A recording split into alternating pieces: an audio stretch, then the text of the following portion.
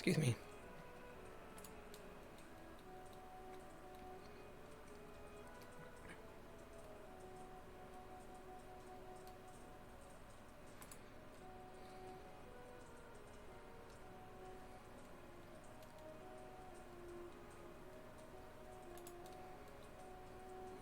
Interesting.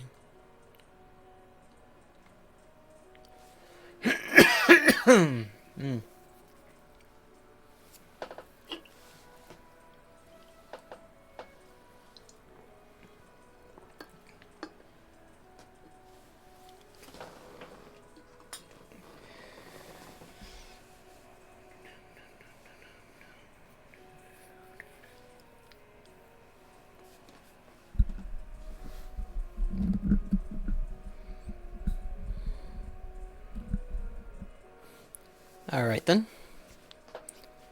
Alright, I think we can go ahead and get started then. So, welcome back to the stream, everybody. Welcome back. We are continuing on our adventure in Kingdom Hearts 1 through the 20th anniversary. All that good stuff. We're fixing to head on to Hollow Bastion. I have accidentally triggered the thing with Sid and everything like that and all this stuff. Nothing too major to miss or anything like that. Just a small little scene in regards to Sora, Donald, and Goofy. Nothing too major. Mostly because of the fact I had forgotten about it. I was going to go ahead and just kind of upgrade the gummy ship a little bit. You know, kind of get that out of the way to where we can just move on ahead and stuff like that.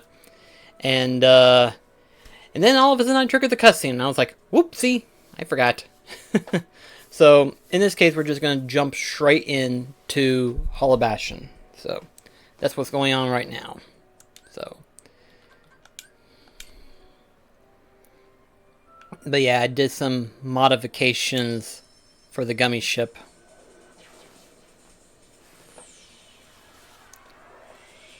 Probably would be better if I did this.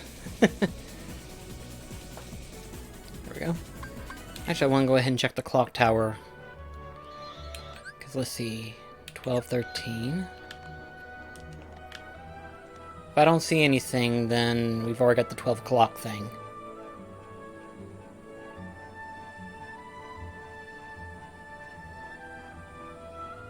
Okay, I don't see it, so I probably already got it. Which means at the 1 hour thing, means there'll be a new item available. Alright.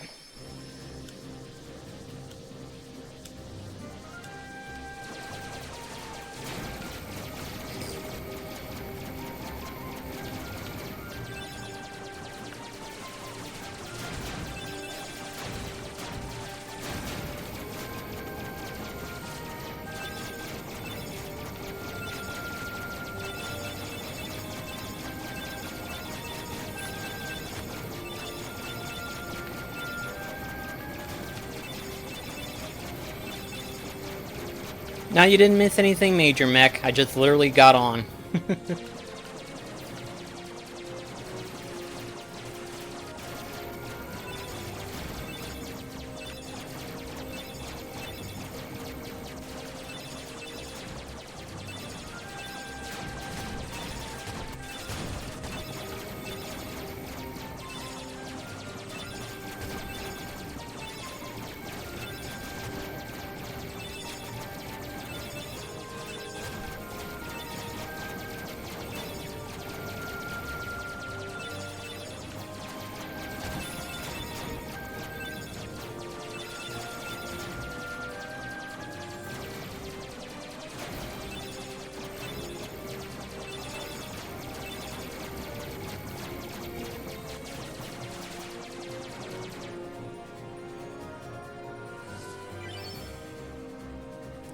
I don't know. I'll have to take a look at that just to see what it looked like before. Yeah, I wanted to go ahead and get some more firepower on it and stuff like that, since we're getting close towards the final parts of the game and everything. Figure we need a heavy hitter ship in order to get through it all.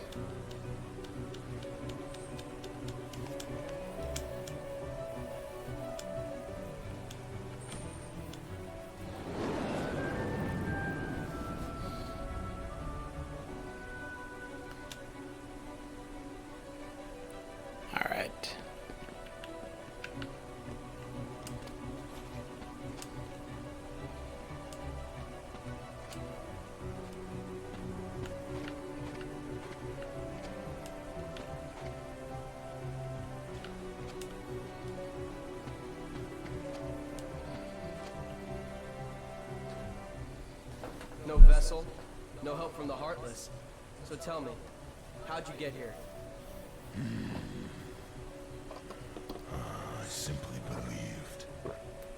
Nothing more to it. When our world fell into darkness, Belle was taken from me. I vowed I would find her again, no matter what the cost. I believed I would find her. So here I am. She must be here.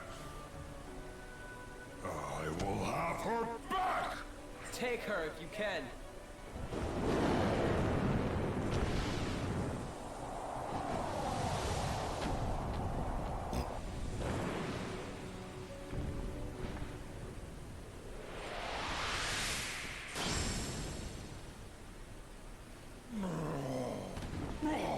Stop!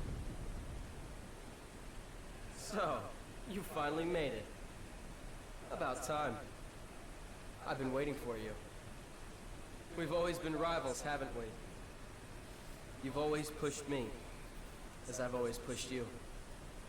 Riku. But it all ends here. There can't be two Keyblade Masters. What are you talking about? Let the Keyblade choose. Its true master.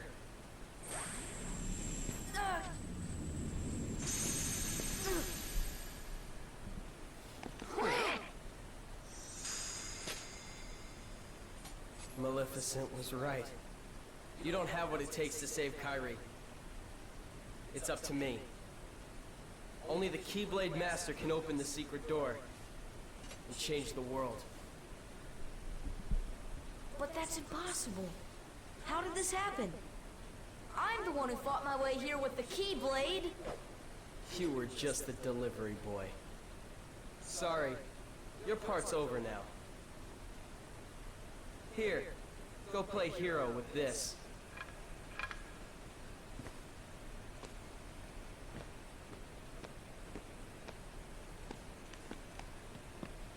Goofy, let's go. We have to remember our mission. Oh, well, I know the king told us to follow the key and all, but...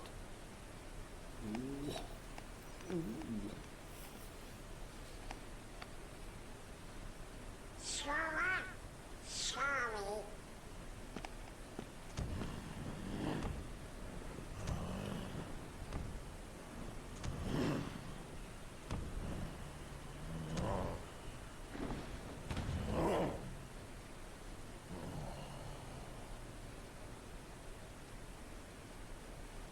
Hey, don't move. You're hurt. Why? Why did you come here? I came to fight for Belle.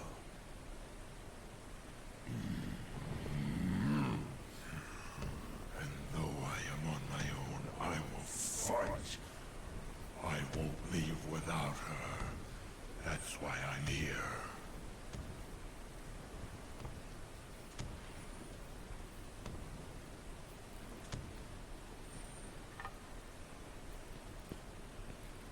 Me too. I'm not gonna give up now. I came here to find someone very important to me.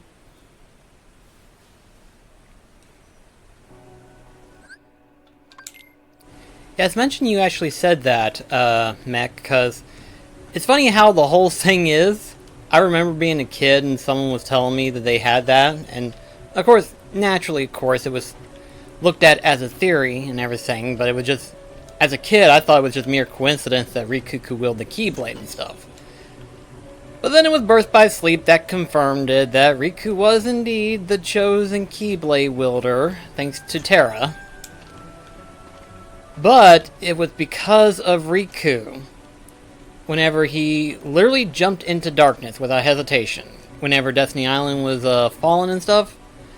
As he jumped into darkness and stuff, the Keyblade chose Sora right after Riku jumped into darkness. So it was like, not wrong, but at the same time, because of what had happened and everything like that, which of course no one would know until it got to Birth by Sleep.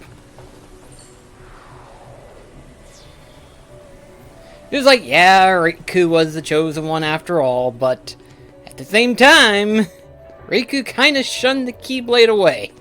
So it's his fault. I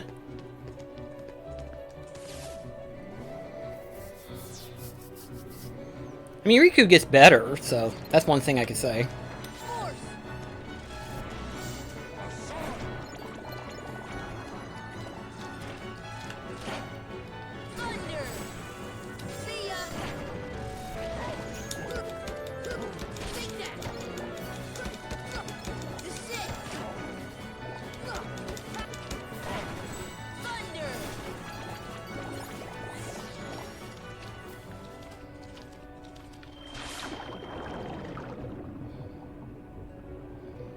Right.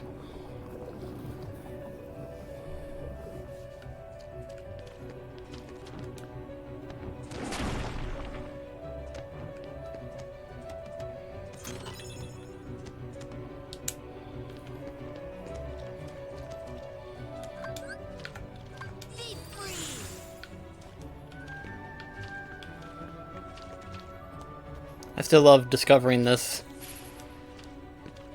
Which is funny, because I didn't discover it until literally after 1.5 was released, and I was like, I'm sorry, this was a thing?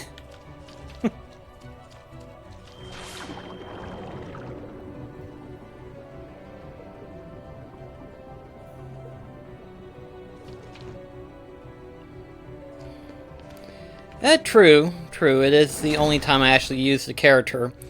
Well, no, actually, I switched to Aladdin in Agrabah because of Abu. What the? Thank you, Beast. Guess I didn't need to do anything after all. It's like, I was fixing to use gravity and then all of a sudden the dark ball disappeared and it's like, where'd it go?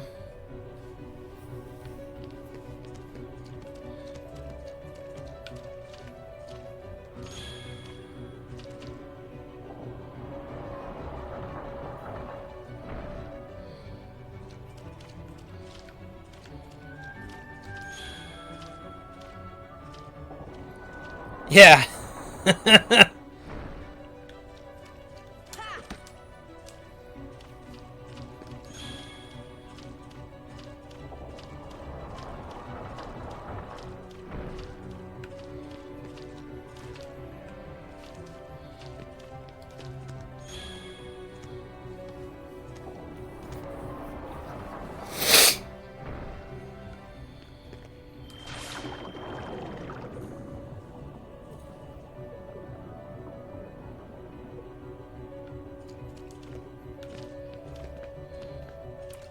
Here it goes.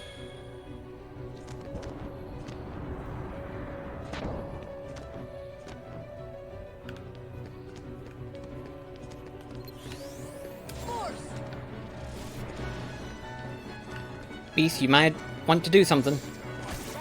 Thank you.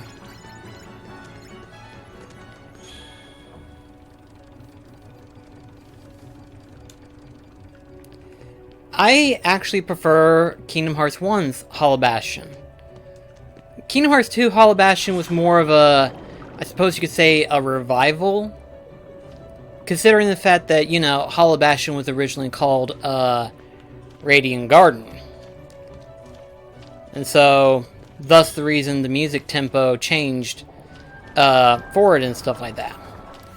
But I prefer the first one, because it gives a sense of mystery and stuff like that. Because aside from Twilight Town and Traverse Town, Hollow Bastion is its own world. It's not based on anything. I mean, some could argue and say that, you know, the castle itself is a representation of, like, Beauty and the Beast, thus Beast being a part of it and stuff like that.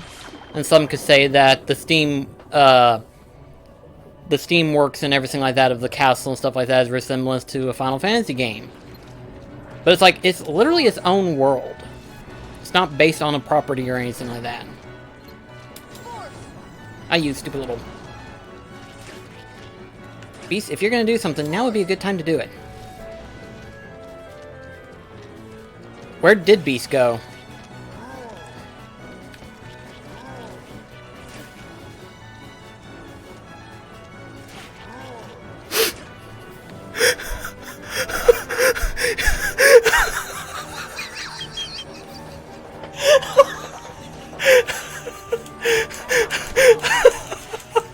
Can we just... Can we stop long enough and just say this? The poor guy... There he goes.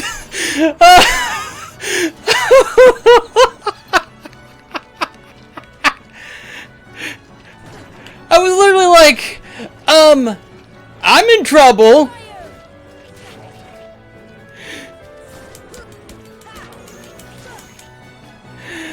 Oh gosh, that was crazy.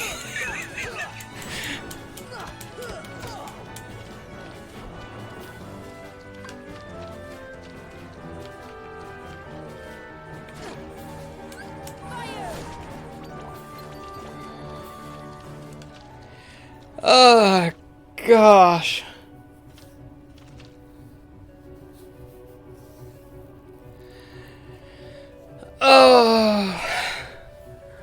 Oh man. Oh gosh. Just Beast drowned it. Every once in a while, the game tends to go through a little hiccup, and then it's like the most funniest thing ever. Oh gosh.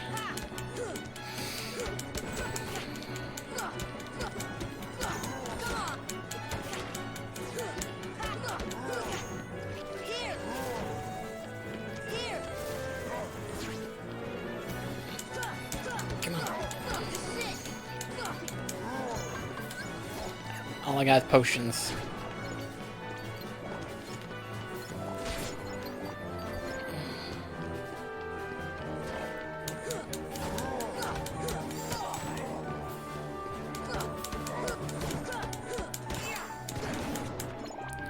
There we go.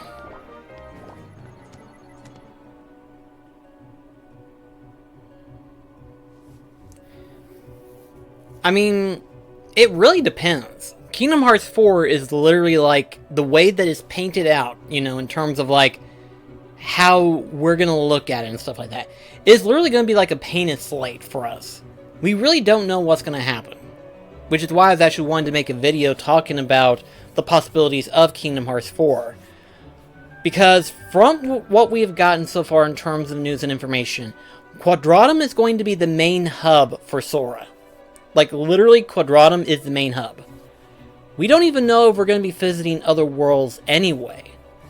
It's just Sora's just stuck in Quadratum somehow. So it's like, really, we don't know. There is a possibility that we could be playing as Riku or Kairi, much like how in Kingdom Hearts 3 we was playing as Riku during the main part, and then the Remind we had the option to play either as Riku, Aqua, and Roxas and Kairi. So there is that possibility where we'd be jumping between the three characters, you know, Sora in Quadratum, Riku in other Quadratum, and then Kairi in the Disney worlds and stuff like that. So there is that. It's gonna be a weird transition because we don't know what's gonna happen. We just know Sora's stuck in Quadratum, whether it's reality or a dream. It's still kind of up in the air. They've never really talked about it. And I hope they talk about it, because that is a detail that needs to be talked about. The fact that technically Sora is stuck in what essentially is a dream realm within Yozora. And that's my theory, is that somehow Sora is stuck in the dream realm version of Quadratum that was built up by Yozora.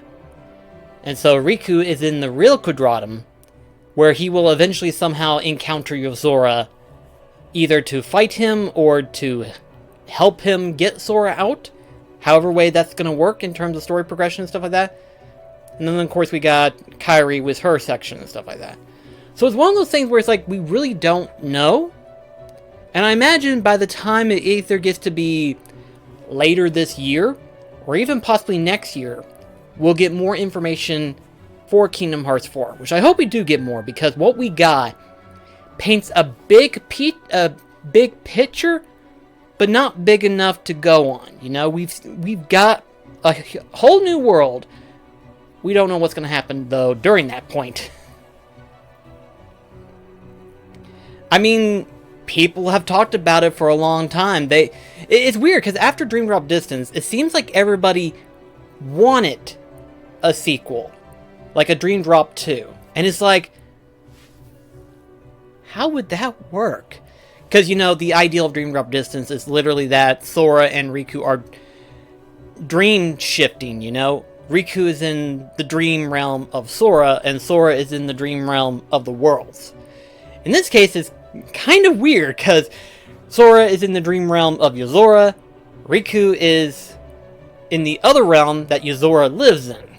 So it's like a weird transition, but in a way, it's kind of like that. I mean, since Sora can jump into dreams now, thanks to Dream Drop Distance, I mean, the fact that he can summon Dream Eaters literally tells that he has the ability now to jump into dreams anytime he wants to. I mean, that's essentially what we're getting at. He can jump into dreams. It was even mentioned at the end of Kingdom Hearts 3 that he can do the power of awakening. It just... Sora's kind of slow, realizing that he could do it anyway. So...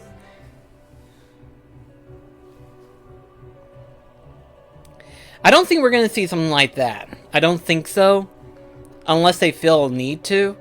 Personally, I'm kind of glad that they did add a Three Musketeers. Because Three Musketeers is my absolute favorite direct-to-DVD, I suppose you could call it. It was never released in theaters, sadly. But it was one of my personal favorites. I love that. Fantasia, not a big fan of it compared to most people. But it was still cool just to see it in Dream Drop Distance anyway. I think...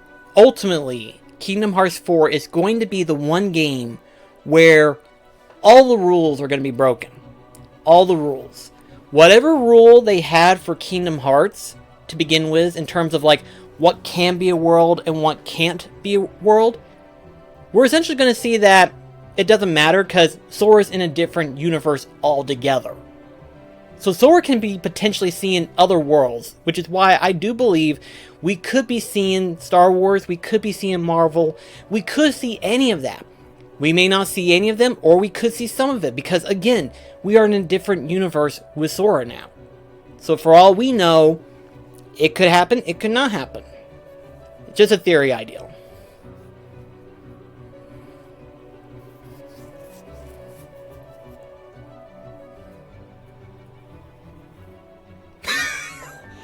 I honestly forgot about that. I forgot about that.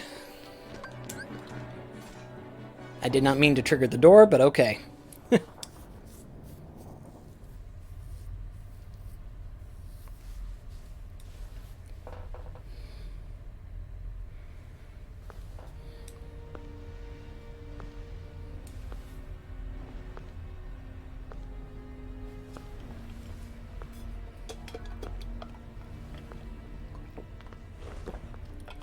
Oh, purest of hearts, reveal to me the keyhole!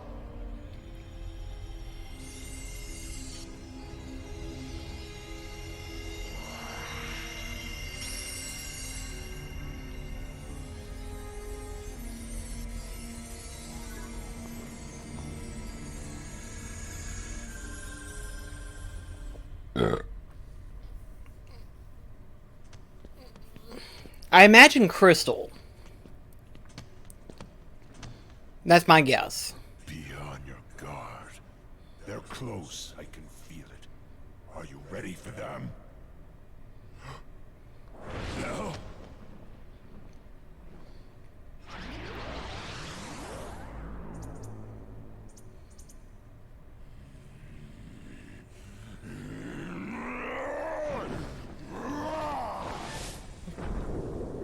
Quit while you can. No, not without Kairi. The darkness will destroy you. You're wrong, Riku. The darkness may destroy my body, but it can't touch my heart. My heart will stay with my friends. It'll never die. Really? Well, we'll just see about that. Ah!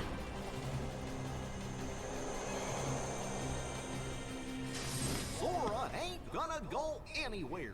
You'd betray your king? Not on your life. But I'm not gonna betray Sora either, cause he's become one of my best buddies after all we've been through together. See you later, Donald. Could you tell the king I'm really sorry? Hold on, Goofy! We'll tie them together! Well, you know, all for one and one for all. I guess you're stuck with us, Sora. Thanks a lot, Donald. Goofy. How will you fight without a weapon? I know now I don't need the Keyblade. I've got a better weapon. My heart. Your heart? What good will that weak little thing do for you? Although my heart may be weak, it's not alone. It's grown with each new experience, and it's found a home with all the friends I've made. I've become part of their heart just as they've become a part of mine. And if they think of me now and then, if they don't forget me, then our hearts will be one. I don't need a weapon. My friends are my power. I love that saying. I don't care how many times you hear it. I love it.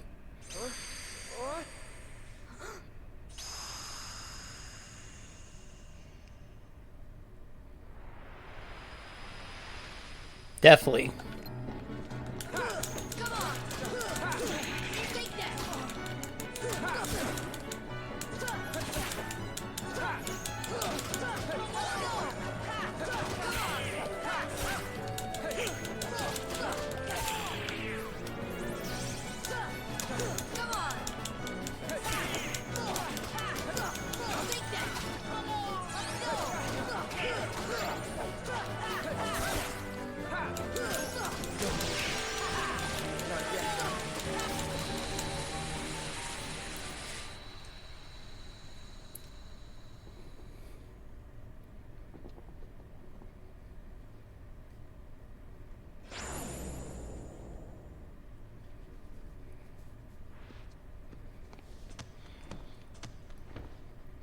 So, your heart won this battle.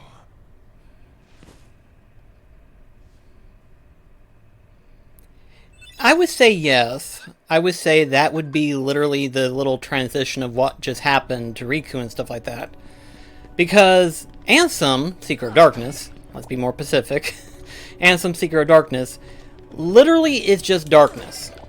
Literally, by the time he goes into possession of Riku, he is just pure darkness. I mean, he's a heart, but he's pure darkness encoded in darkness. Which, that's going to be confusing trying to explain that now that I think about it, but I'm going to do my best to explain it the best I can. Because there is that transition between Heartless and Nobody thing, you know, where... Because, see, in his robe form, he is just a heart. He is cloaked in darkness record, but he is a heart nonetheless. He has no body. He has no form whatsoever. And so, thanks to Riku, he literally possesses him. By using the dark powers that he has, he was able to control Riku's body and thus become the Ansem Seeker of Darkness that we are familiar with today. Right, exactly. We won't get into that part until Kingdom Hearts 2. And that's a whole nother can of worms to open. Next to the time manipulation thing. Ooh. I think that was two big story elements that was hard to explain during Kingdom Hearts' lifespan. Is the whole Ansem duplication thing and Heartless and Nobody stuff, and then Dream Drop Distance time manipulation. And it's like, what? That was definitely a messed up time for us all. But back to the whole thing. Because see, reason why Ansem Seeker of Darkness looks like he does is because of possessing Riku. It's because of possessing Riku he was able to attain a body form to begin with. Can't remember if I can... Nope, it ain't this.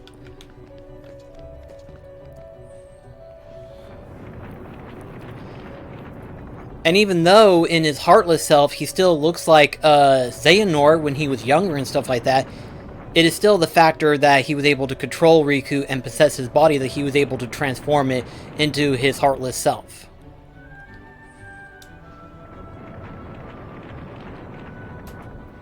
There we go.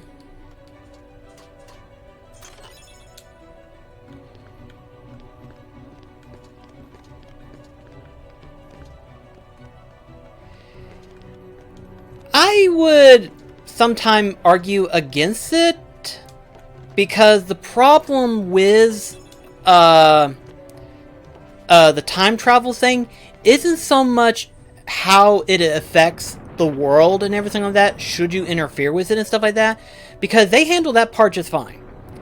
It's whenever you decide to tweak it just a slight bit differently in order to make it sound interesting. You know what I mean? There's been 2 times where Square Enix, and it's conveniently enough Square Enix that makes it more complicated than it needs to be, they do one tiny little slip. Because see, in Kingdom Hearts 2, they actually do time travel. It's not mentioned, but they do go back in time. But it's through like a normal means, where they just open up a doorway to the past, and there you go, you're done. You don't have to separate your body or anything like that. They never go into detail about it. They just say, step through this door, you're immediately in the past. Simple, right?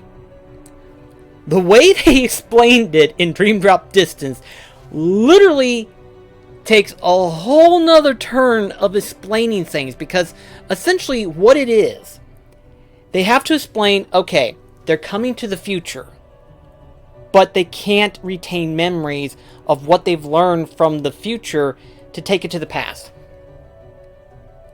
Because if by doing so, they would interfere with the future. Because they know of what all was going to happen and stuff like that. And that's where it becomes very sticky. Same way with if... Okay, another example was Maleficent, actually. Maleficent, after this game, literally after this game, her heart gets transported... Somehow it gets transported to the past. It gets transported to the past. But then, when she comes back to Kingdom Hearts 2, she has no recollection at all as to what has happened. She has no memory of how she got to the past and how she got to the present, which is Kingdom Hearts 2 at the time.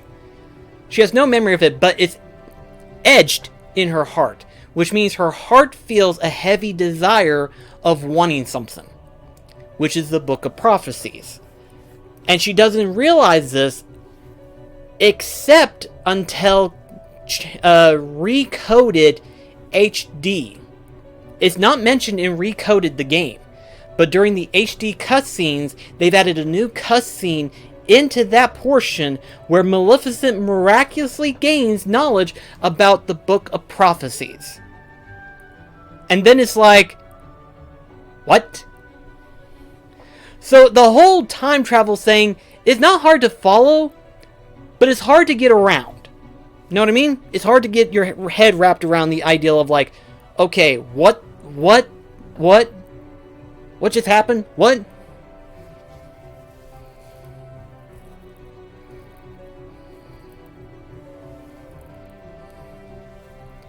Exactly. Which is a whole like time manipulation thing. If you manipulate time, dark things can happen and stuff like that.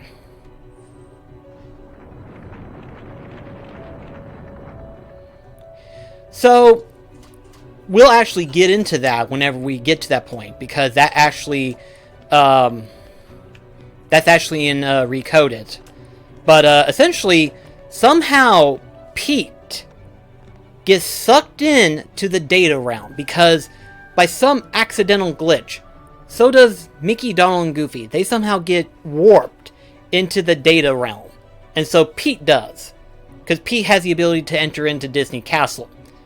By some miraculous means, I suppose. I don't know. I mean, he is a citizen of the Disney town, so therefore he can come back into it, kind of like sneaking around and stuff like that. I mean, this is Pete. He's crazy like that. He's weird.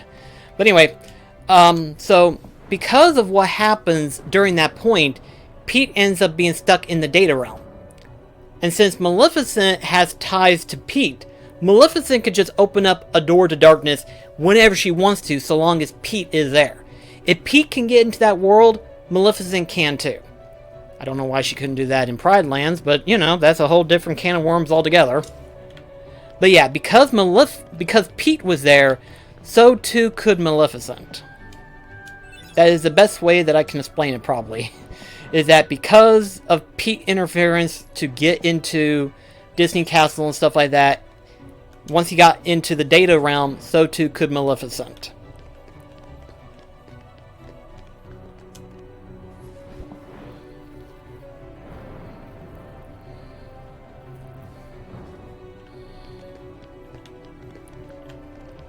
Let's see. I know there's an extra book. Did I get that other book by chance?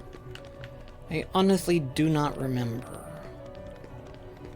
I was too busy trying to explain Kingdom Hearts lore. I think that's my only good thing that I can do, is explain the Kingdom Hearts lore.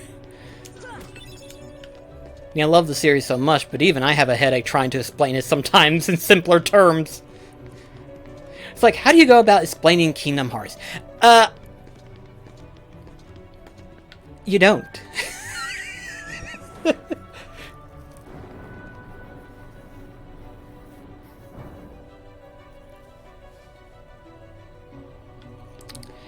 I mean, oh god, my head just went into that area.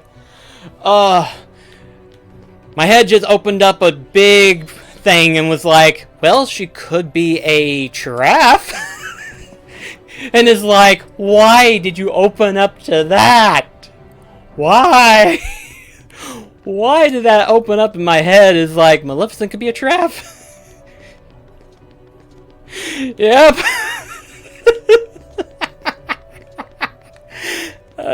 All of a sudden now, I want to see fan art of somebody portraying Maleficent in Pride Lands, but with a giraffe's head. I want to see that now, just to laugh at it. You know, you see this purple/black spotted giraffe with a long neck and Maleficent's head complete with horns. I want that so badly. Oh man. Oh gosh. Oh gosh. Oh my gosh. Okay, let's just get back into trying to solve this puzzle, because for some reason I have not opened up that freaking door thing. It's like all of a sudden, where did that piece go?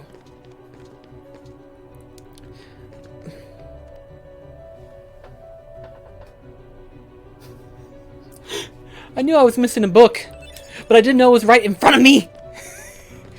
Oh god, that just goes to show you, it doesn't matter how many times you play a game, you'll forget one or two small things. Oh gosh. I'm having fun too. I'm just playing Kingdom Hearts for the hell of it, and oh my gosh, the stuff that we're just doing. Oh gosh, just coming up with some of the randomest ideals and stuff like that. Oh gosh. Oh. Okay. Let's just get our freaking insane imagination. Let's just get around this puzzle and stuff like that. I mean, it's my favorite puzzle, but for crying out loud already. I should have been done with this by now. Oh gosh.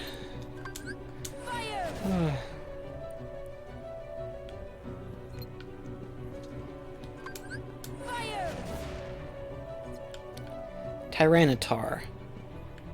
I mean, in a sense it does. If his eyes were open and stuff like that, and if the camera would stop juggling so much. There's a way to get into first person. There we go. All of a sudden it's not working as effectively. Hang on, we'll just do this real quickly and then we'll get a closer look at it. Because it kind of does. It kind of does look like Tyranitar.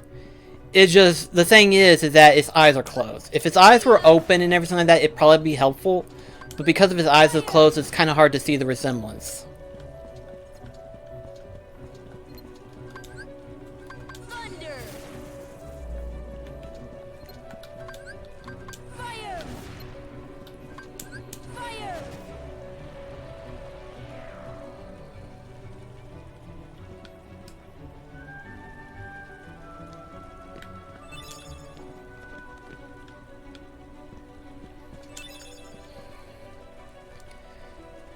It actually does.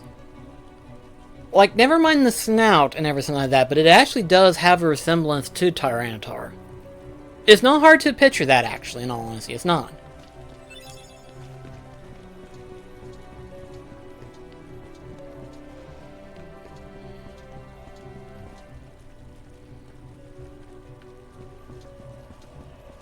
In a sense, it does. It does.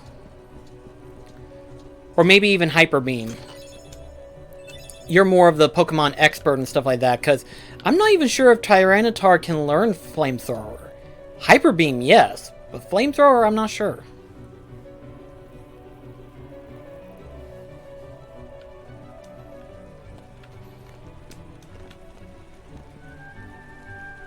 Huh.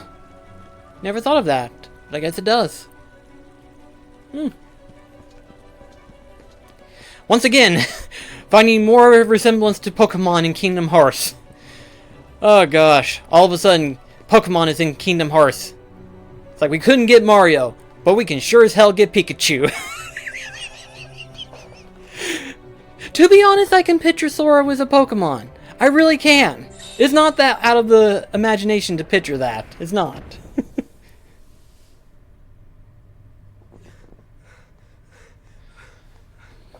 Why? It was mine. Know this. The heart that is strong and true shall win the Keyblade. What? You're saying my heart's weaker than his? For that instant it was. However, you can become stronger.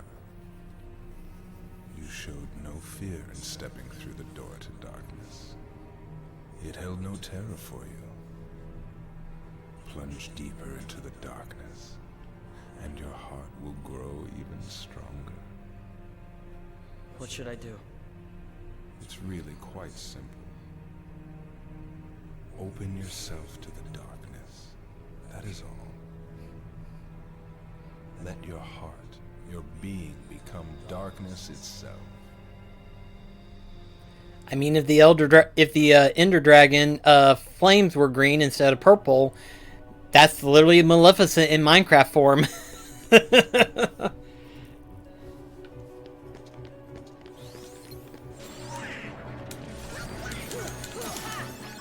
we go.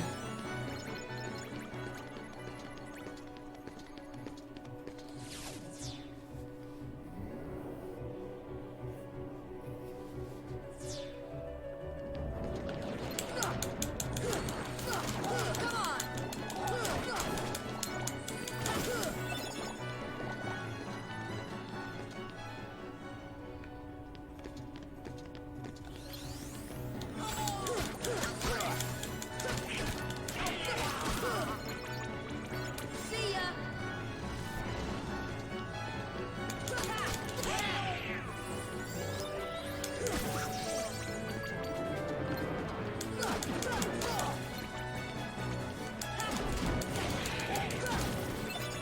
See ya!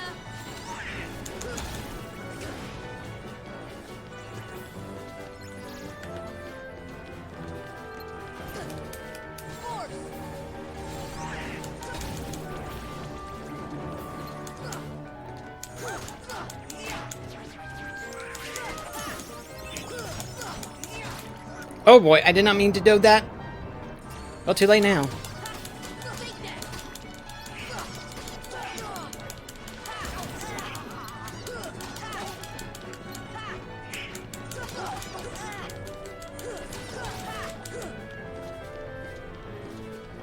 We're already here, might as well get this.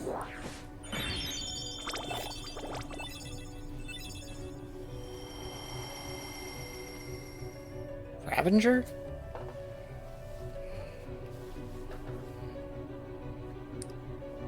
Hang on a sec, I don't think I know that term.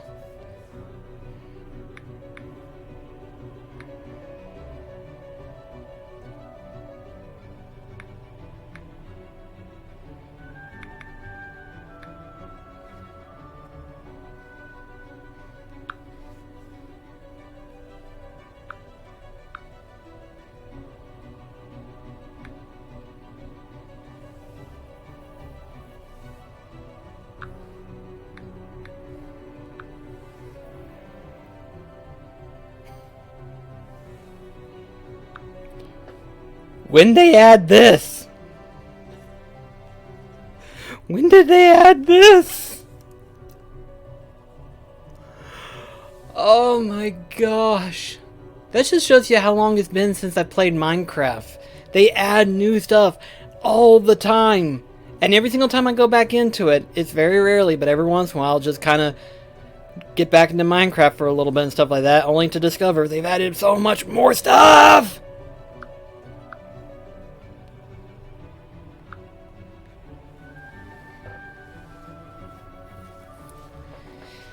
Oh man. But yeah! Oh gosh. Kingdom Hearts and Minecraft. I mean, we make fun of Kingdom Hearts for being put in a lot of stuff and everything like that, but for crying out loud already, it's not too far off from the imagination of it actually happening. Okay, why did I need to be here? Oh, okay.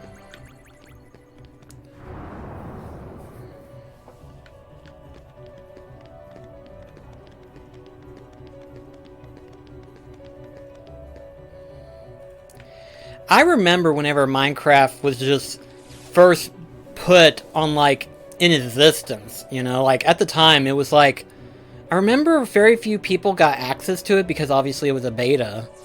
But you could actually download it as, like, a pirated ROM at the time and stuff like that. And I did that. I downloaded it for free and stuff. And I played a little bit of it, and it was actually really fun and enjoyable. I really enjoyed it. But to think back to whenever it was first released, and then to see it now is like, what in the world? I mean, Minecraft's a big game, but dadgum, has it grown so significantly much?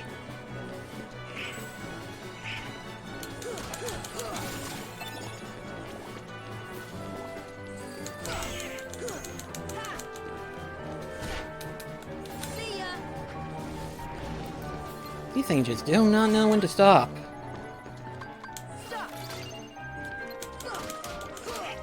Oh gosh! Can I just say I've always hated that part? That part of the map, that part alone in the world, I absolutely hate. Just that part alone. Everything else I love and stuff like that, but that part is so annoying, because you've got flying enemies.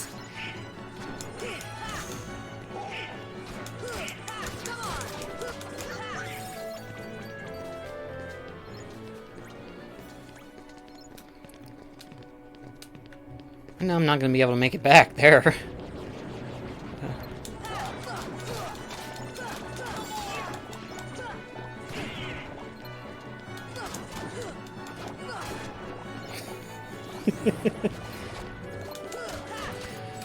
Ooh.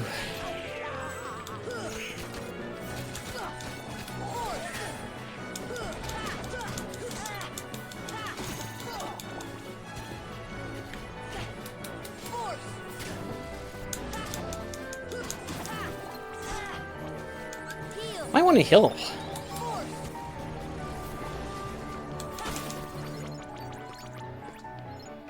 Whew, gosh. These things were getting a little bit hectic.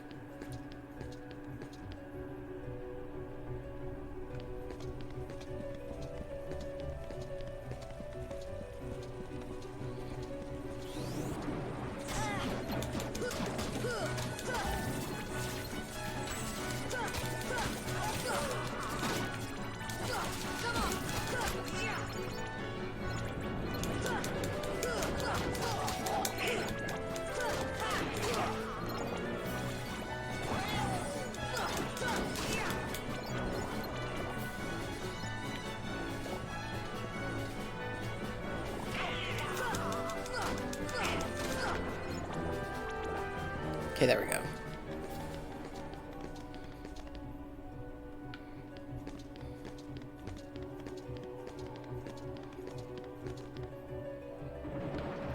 Okay, so let's try this again.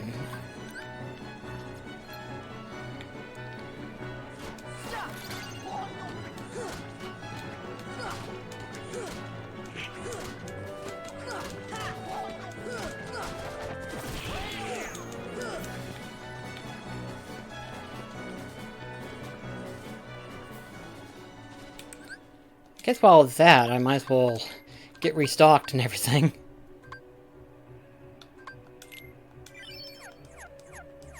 There we go. Where'd the worm go? There you are. Now get over here.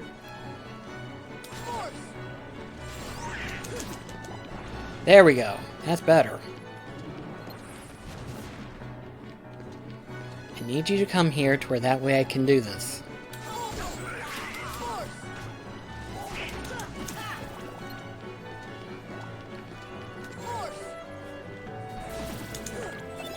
There we go! That makes it so much easier now! Ooh boy.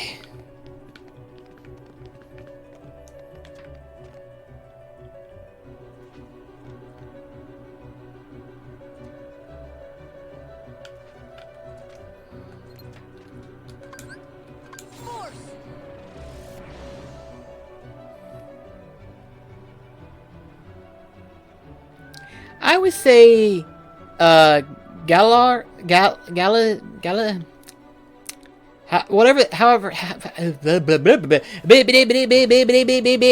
Porky Pig, that's all, folks.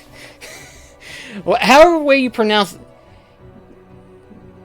Gaily, there we go, okay, Gaily. Ooh, my pronunciation, it's absolute garbage. I think it has more of a resemblance in that, rather than Ghastly. I mean, yes, Ghastly and Dark Ball has, like, similar moveset in terms of, like, shrinking down and passing through objects and stuff like that. Except for walls, of course. So it has that. But in terms of body style, I see more of,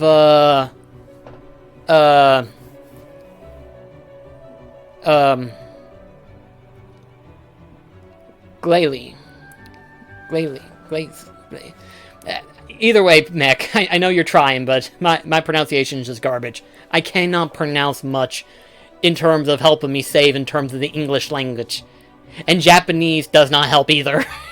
Let's face it, the Pokemon names are essentially Japanese terminology names, where they were like, well, let's just combine this with this, and then boom, we got a Pokemon. And it's like, yeah. I'm trying my best to pronunciate and stuff like that, but it's not helping. I cannot pronounce worst shit. Anyway, back to this. I should probably grab that treasure chest. I forgot what it was, but since I'm getting, like, Dalmatians and stuff like that, I might as well grab it. Right.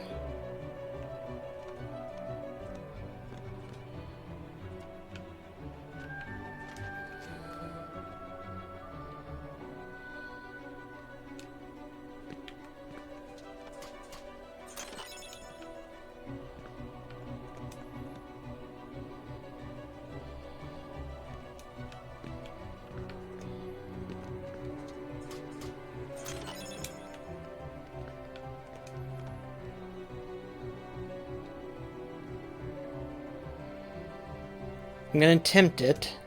Made it. Whew.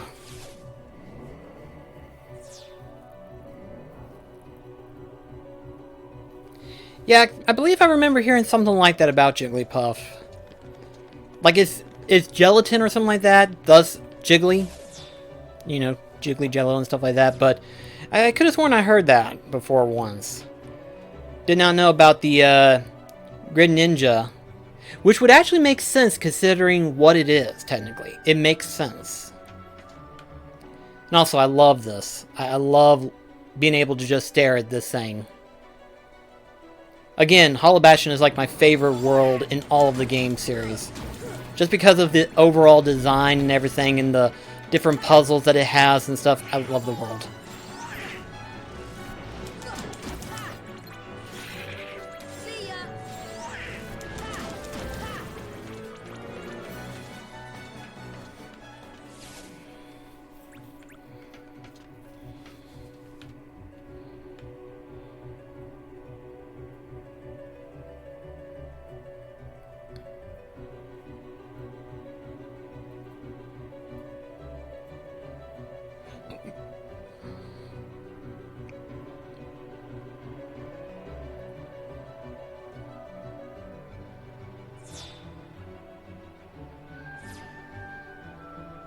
I'm not sure. I don't think I heard that one. I wouldn't doubt if there is. But the only way you can get like a full scale of what the entire Hollow Bastion castle looks like is like the entrance. We'll have to do that. When we come back to Hollow Bastion and stuff like that, we'll have to look at it just to get a better view of it. Actually, there'd be one other person who could probably do that better than I could, and that's Cynical. From the Gamer's Joint. I've noticed that lately, he's been using some kind of modder thing or whatever it is. It's the same modder that most people are using nowadays for, like, say, Elden Ring or Dark Souls and stuff like that, where they literally take the camera where it was positioned behind the player and stuff like that, and they literally take it, and they're able to free roam it around them and stuff like that. Like, literally just free roaming it and everything like that. And you get, like, more, like, details and stuff that you would normally never see because you're looking at this perspective. So it's like, it's pretty interesting just to see what actually goes on in the game when you're not in the normal camera view.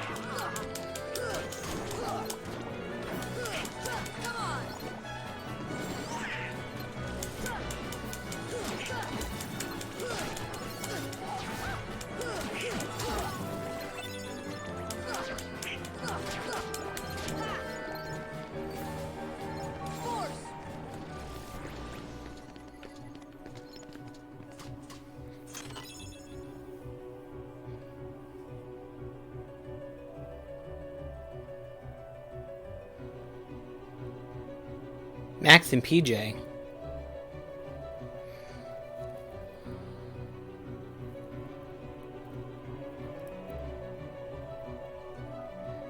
I don't think so. Oh, maybe Max, but I forgot about PJ. Oh my gosh, I forgot. Why did I forget Pete's son? I always remember Goofy's son, but why did I forget Pete's son? Oh my gosh, I feel so bad. PJ's a good kid, just as Max is. I don't know why I forgot him. Oh my gosh, I feel kind of bad now. I mean, it doesn't help that his father is a no good villain. But still, to a point, PJ's a good kid.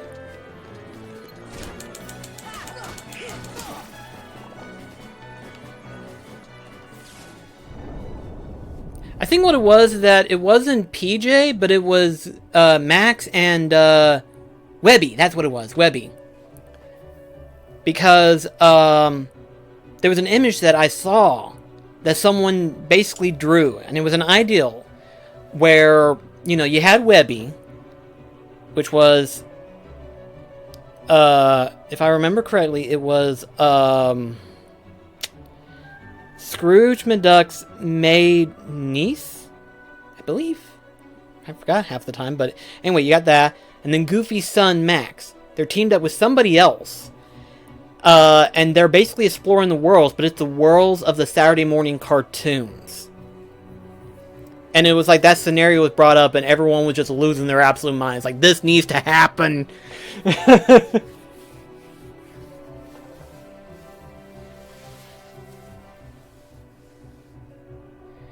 Yeah, I forgot about her name. I knew P had a younger sister, but I forgot what her name was. I was like, what's her name? And it's like, Pistol?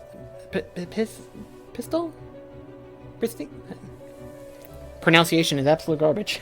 Again, back to the whole subject. It's like, I remember what she looks like. And it's like, I guess the only reason why I forgot was because, you know, it doesn't really play that big, you know? Like, very rarely will the story ever affect majorly whenever it has her in it and stuff. Not to say that it's bad, it's just, again, of how it is.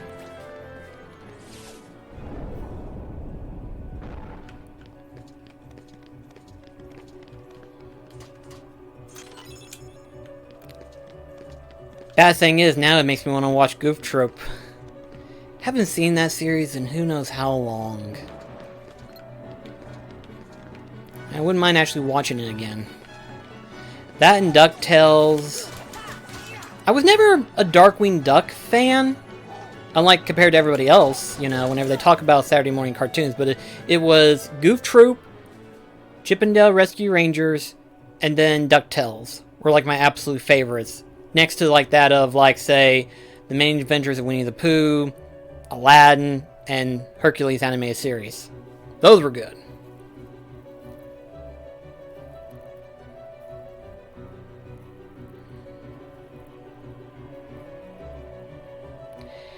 I think, again, this is a theory, but I think we're going to see Oswald more likely appear in Kingdom Hearts 4, finally, than we had in previous years. Because again, because of Kingdom Hearts 4, rules are going to be broken from the traditional norm and stuff like that. So we will probably see Oswald in Kingdom Hearts 4. If we don't, I will be disappointed. Because it's like, you have opportunities of an Elseworld and everything like that. You've got this opportunity. Use it. And people will love it. It doesn't even have to be big. It's just, he's in the game somehow.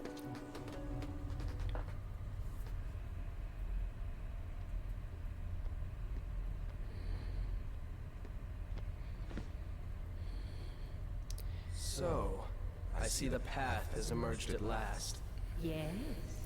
The keyhole to the darkness. Unlock it. And the Heartless will overrun this world. What do I care?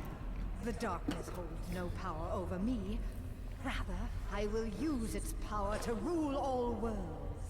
Such confidence.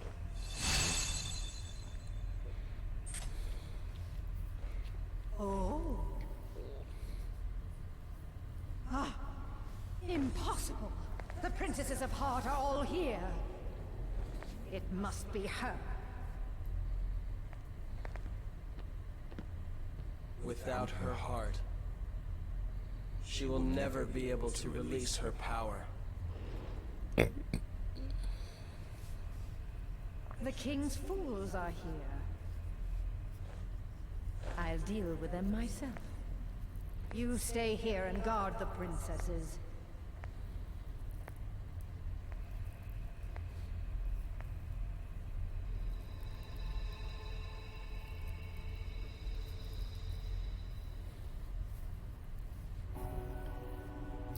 I know it's a small little thing, but there was rumor of how somebody was going to be remaking or HD making Epic Mickey for like current consoles and stuff like that. And I hope that is true, because I would love to see Epic Mickey make a comeback. That was probably like one of the very few Wii games that I absolutely loved. Like, even the motion controls part, which is usually something that I hate, Epic Mickey was really good. That was a really good use of motion controls, and I would love to see Epic Mickey make a comeback. I would.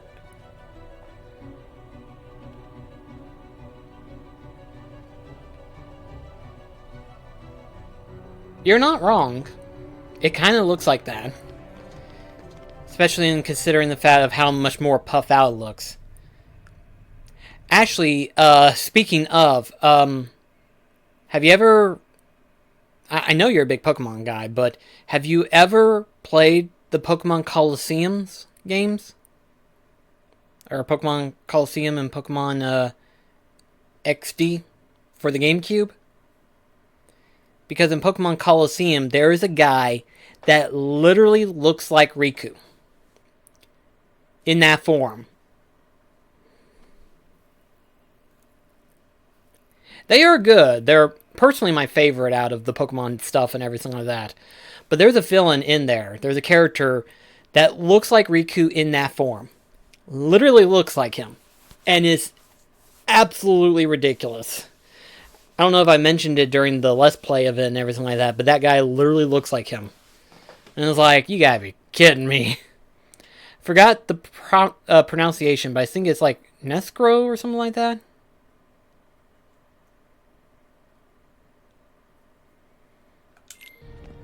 I'm afraid you're too late. Any moment now, the final keyhole will be unsealed. This world will be plunged into darkness. It is unstoppable. We'll stop it. After coming this far, there's no way we're gonna let that happen. You poor, simple fools. You think you can defeat me? Me, the mistress of all evil!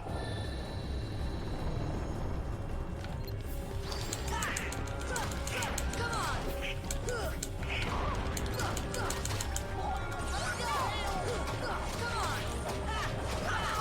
Take that! Force!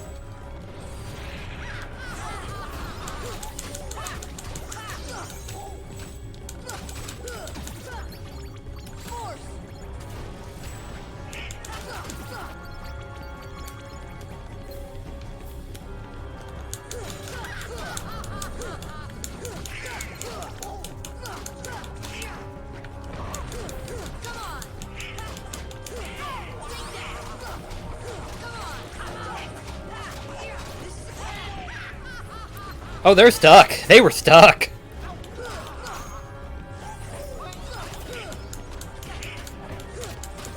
This is it! See ya!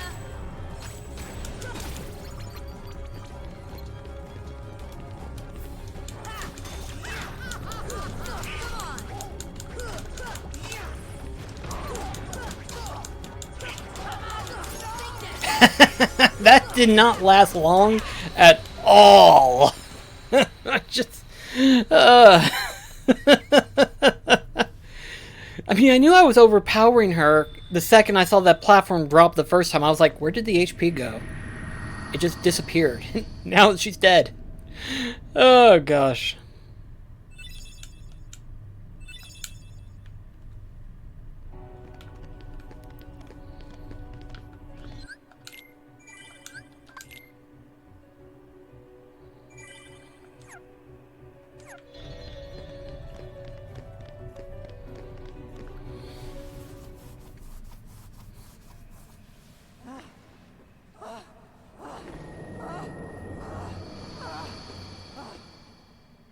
Do you need some help? Riku! Yes, a Keyblade. But unlike yours, this Keyblade holds the power to unlock people's hearts. Allow me to demonstrate. Behold! Now, open your heart. Surrender it to the darkness. Become darkness itself! This is it. This power. Darkness. The true darkness!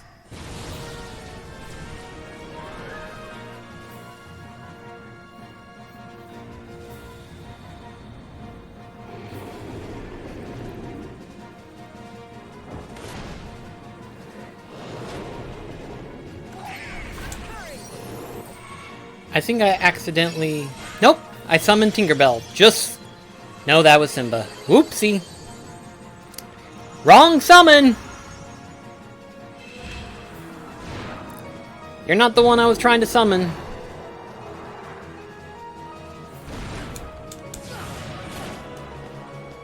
Okay, let's try this again. Tinkerbell, there we go. That's what I was trying to summon. It's like, wrong one!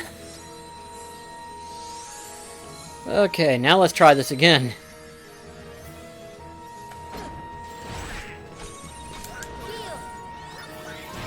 What the?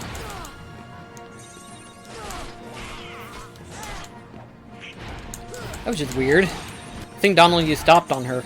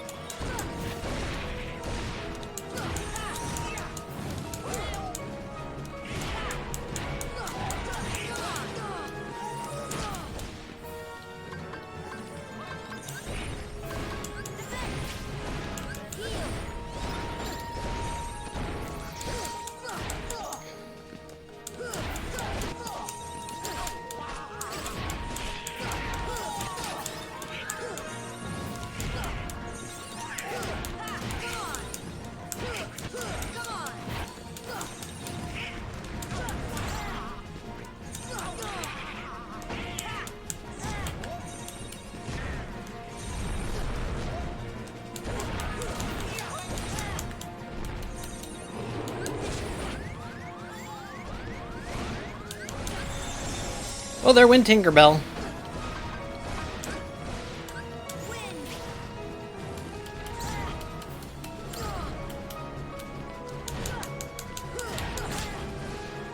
Oh gosh.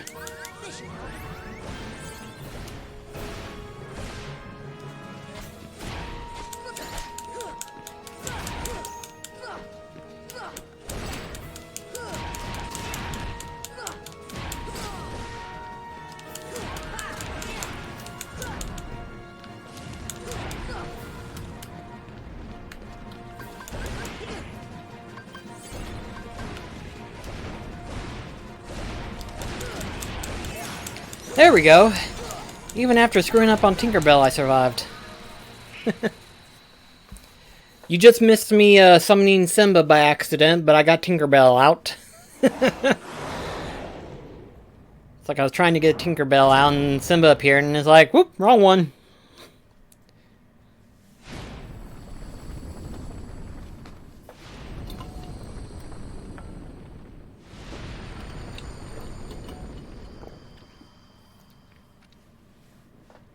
How ironic. She was just another puppet after all. The Heartless were using... Nope, so far we've been doing really good on track. She failed to notice Although the darkness Riku eating away may be able to be the one to do it. a fitting end for such a fool. I mean, we're not on proud mode, we're on like normal and everything like that, but it's like still would have at least died by one at least by now. I think in terms of bosses that has the potential of like killing me and stuff like that, Maleficent Dragon Form is one of them, and then Riku being possessed by Ansem and stuff like that is another.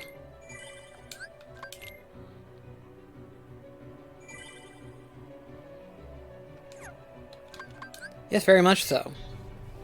Okay, real quickly, let's stop over to Neverland just for a split second for the clock tower item. I had never actually gotten all of the items before, mostly because I keep forgetting. I just keep forgetting and stuff, but there's a lot of good items that the clock tower drops and stuff. So let's see, there it is.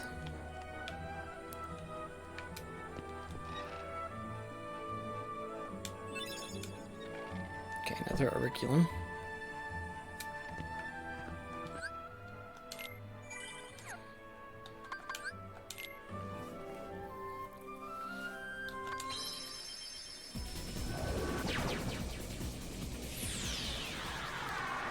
I say that will change once we finally encounter some of the secret bosses and stuff like that. It's like, that's going to change. Your winning streak ends here. Yeah, I think I'm good.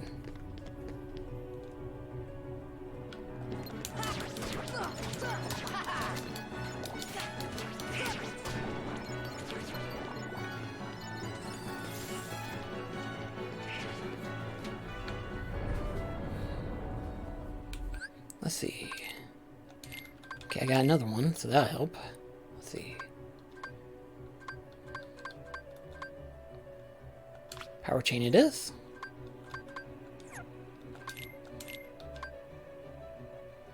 Oh, that's gonna help. Let's see.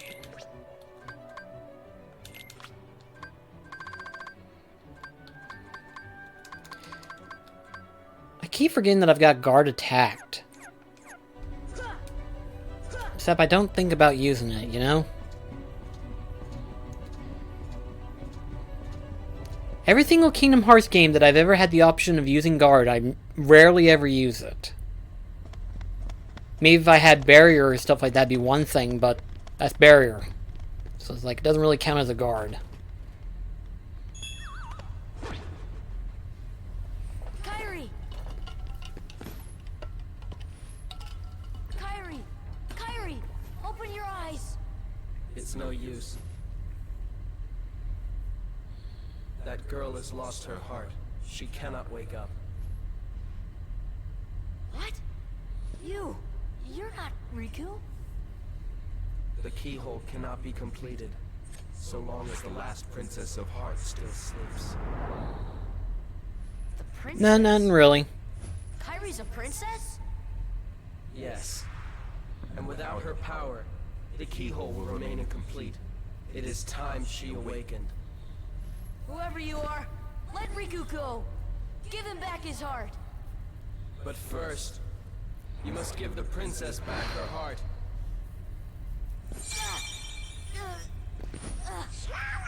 What's... Don't you see yet? The princess's heart is responding.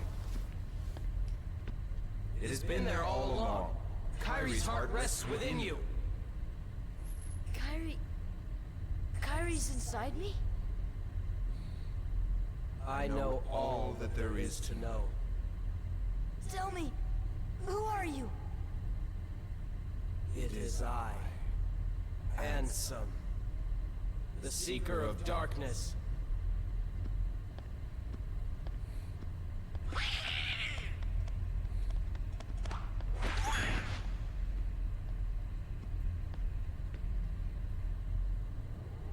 So, I shall release you now, Princess. Complete the keyhole with your power. Open the door. Lead me into everlasting darkness.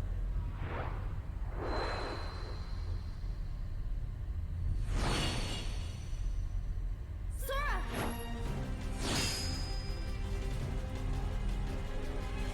Forget it. There's no way you're taking Kairi's heart. Here we go.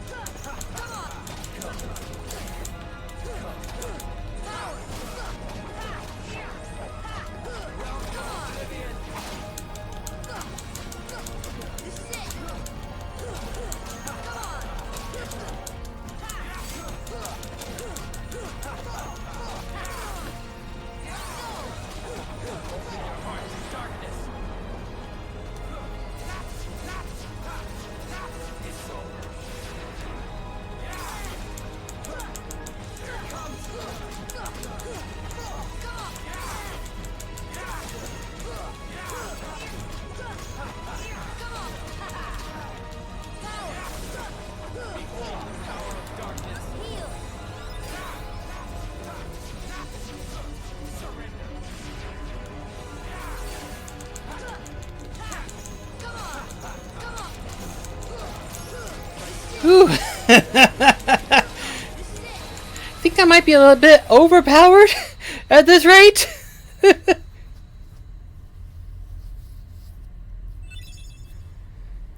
Nah, definitely no either way of saying that any different. Whether in context or out of context is not exactly a good way of saying it. It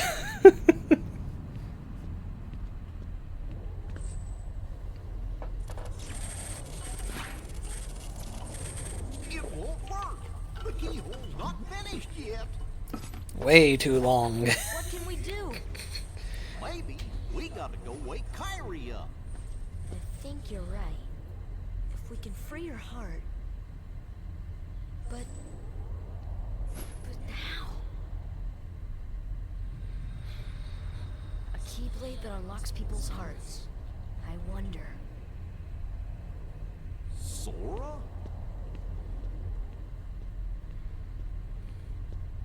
And this is the part where everybody who first plays Kingdom Hearts loses their absolute minds. And I love seeing it. Sora, hold on.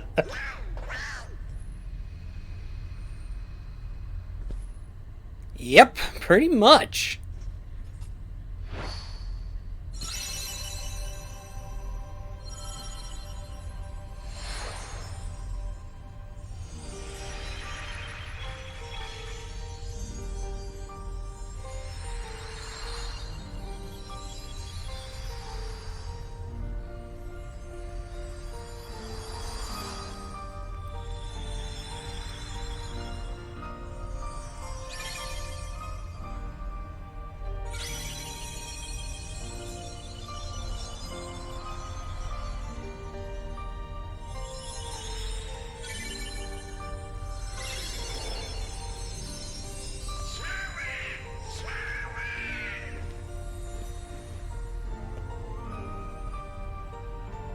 Sora!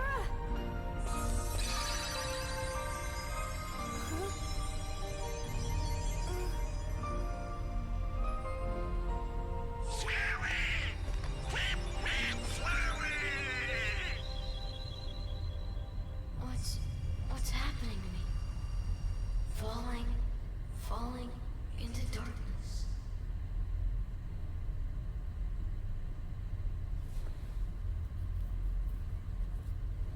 Sora? Are you really? No, he can't be. I won't let him go! So, you have awakened at last, Princess. The keyhole is now complete. You have served your purpose, but now it's over.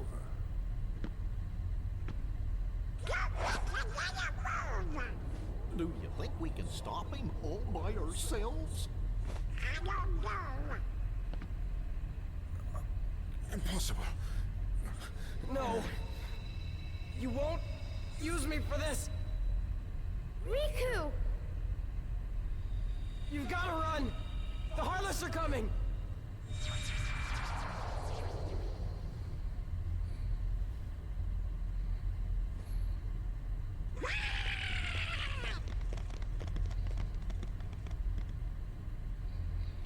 I guess it would, technically. The keyhole!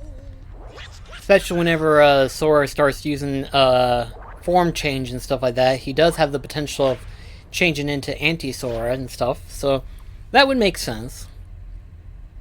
I mean, doesn't help that in Kingdom Hearts 2, the anti-form does look like a Heartless Sora, so yeah.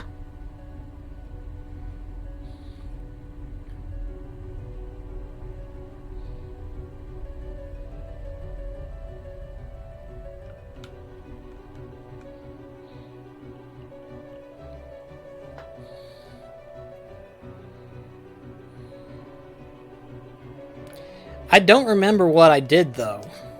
That's the thing, I just don't remember as much. Ah, gotcha.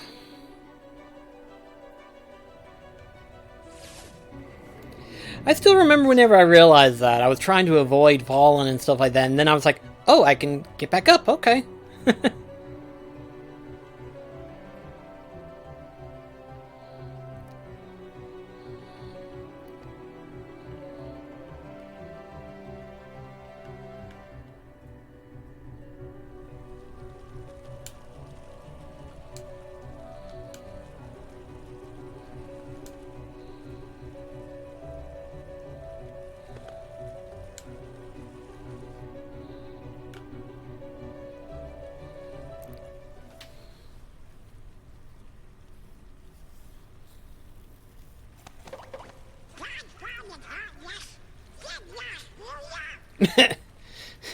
Like knocking into the head is gonna help any.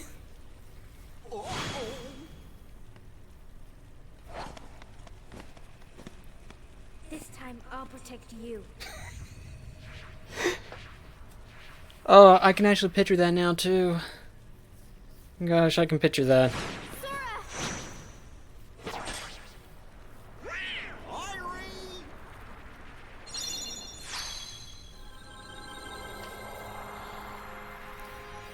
Kyrie, thank you. Sora!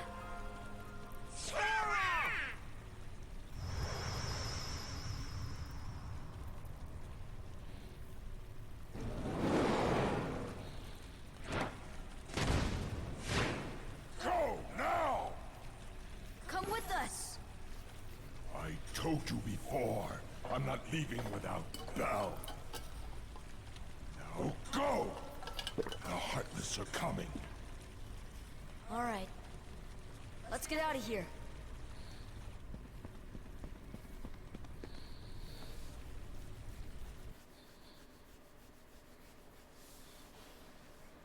Tell me what happened.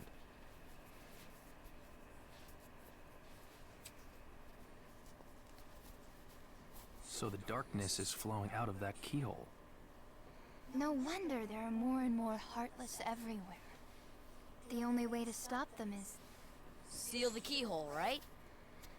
Maybe, but no one knows what will happen once it's sealed. Considering the fact that we've actually seen the inside of the gummy ship, Kyrie would have enough room to just sit there and stuff like that. Not so much actually like You have one more have a to seat worry for about. her, but she would have enough room to just Must have been born of kind of the sit down sacrifices Indian and style and stuff like that. She has just enough like that room. keyhole you saw. Of course, without Kyrie's heart, it remained incomplete. Once that keyblade was destroyed, the princess's hearts should have been freed. Don't worry. Mac, you have no idea what you just done. So, I just pictured not so much a gummy ship, but an actual car storing Beast in the back of it. And just picturing opening up the trunk and you just see Beast kind of like doing, doing, doing, doing, and just being cramped. That is the most funniest thing I've seen in my head. Next to the Maleficent giraffe, which is still funny as heck.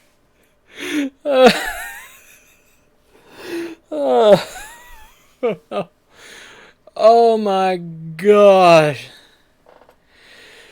Ooh.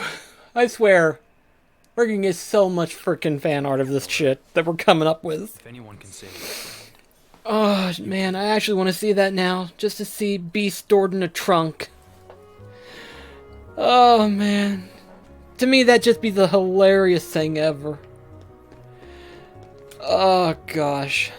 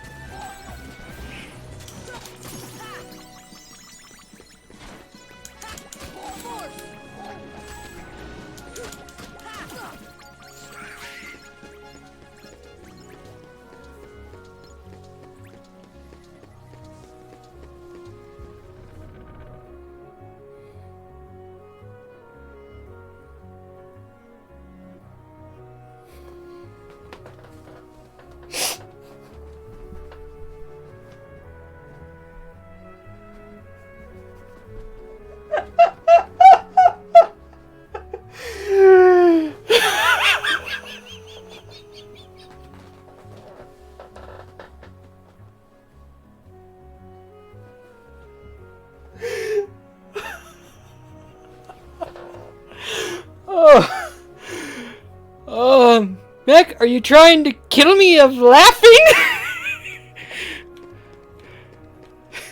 It's like the weasel from Roger Rabbit. One of these days you're gonna die laughing. Oh. Oh, man. Oh, gosh. Oh. Ooh. Oh, gosh. I swear. Oh, man. Oh, man. We've come up with some crazy stuff so far in this stream, but I could just hear it. I hear it. I'm a giraffe! If you haven't seen that video, just do it. Just look up the video and just laugh at it. Oh, gosh.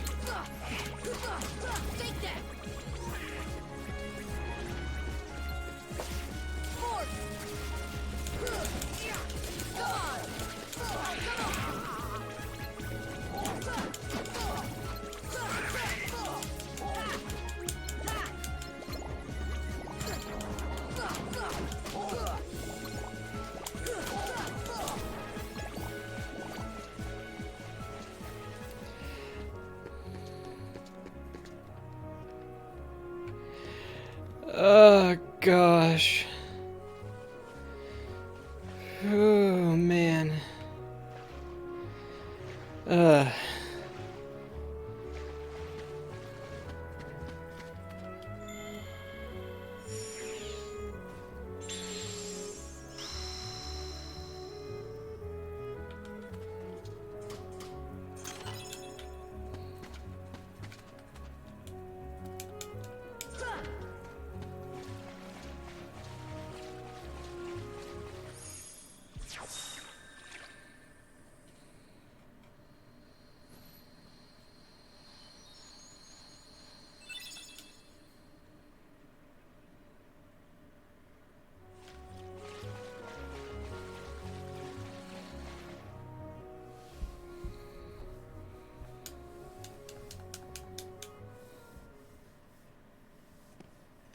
A light at the end of the tunnel. Oh, your grandma's story, right? That's right. We were together. You know what's funny? I looked everywhere for you, but you were with me all along. Finally, we're together, Kairi. Now, it's time to get Riku back. You think it'll ever be the same again between us? Riku's lost his... When I turned into a Heartless, you saved me, remember? I was lost in the darkness. I couldn't find my way. As I stumbled through the dark, I started forgetting things. My friends, who I was. The darkness almost swallowed me. But then, I heard a voice. Your voice. You brought me back. I didn't want to just forget about you, Sora. I couldn't. That's it! Our hearts are connected. And the light from our hearts broke through the darkness. I saw that light. I think that's what saved me. No matter how deep the darkness, a light shines within. I guess it's more than just a fairy tale. Well, let's go. You can't go, Why not? because it's way too dangerous. Come on, Sora. We made it this far by sticking together. You can't go alone. Kairi, even if we're apart, we're not alone anymore, right? I can't help. You'd kind of be in my way. Okay. You win. Take this. It's my lucky charm. Be sure to bring it back to me. Don't worry, I will. Promise? Promise. Don't ever forget. Wherever you go, I'm always with you.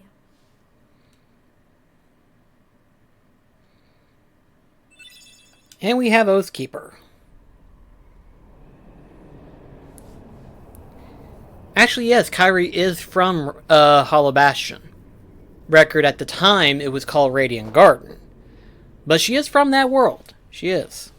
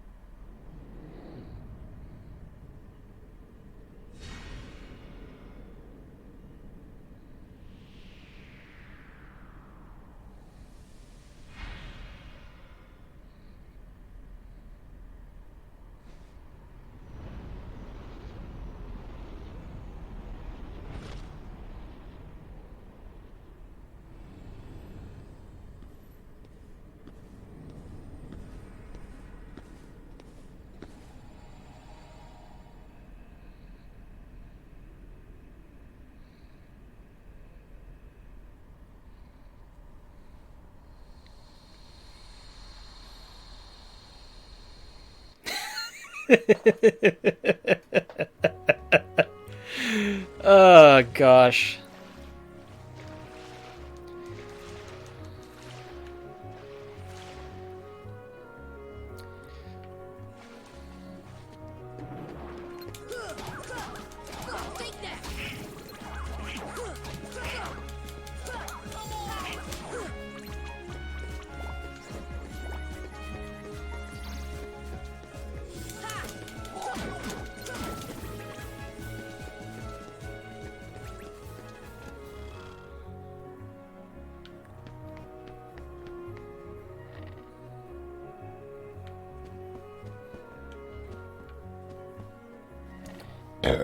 Excuse me.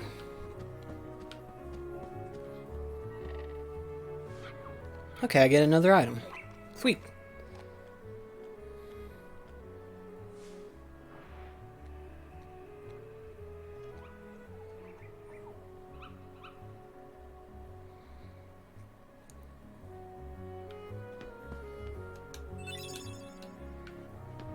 Eventually we're going to see that. We're going to see a time frame in Kingdom Hearts history where Sora, Riku, and Kairi are teamed up together. We're going to see that eventually.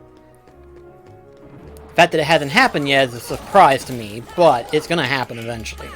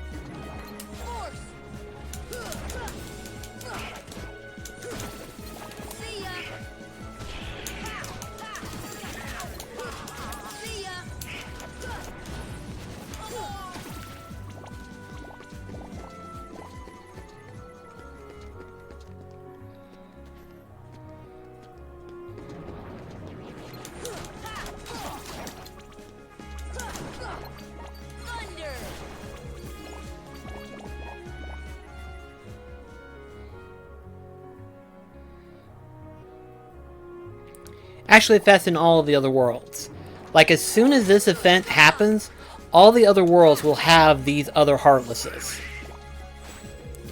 At the same time, item farming becomes even harder, if I have to say, in all honesty.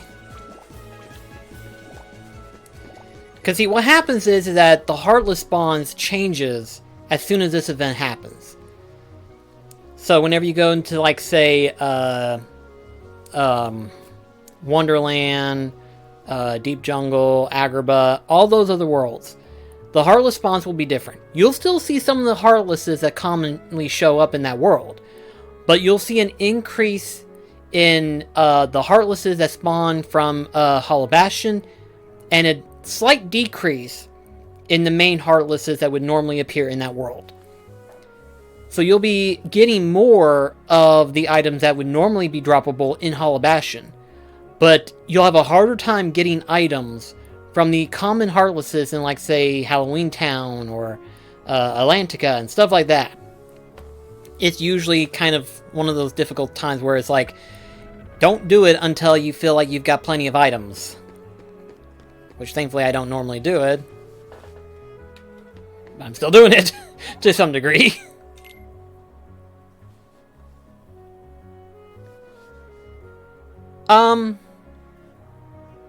Not every world, per se, but some of the worlds will have a search ghost.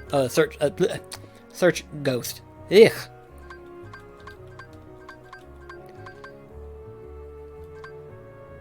Huh.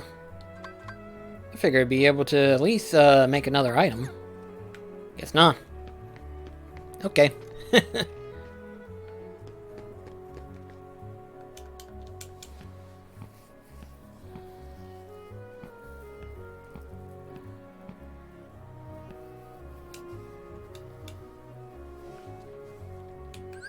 Okay, just out of curiosity, no, not quite yet.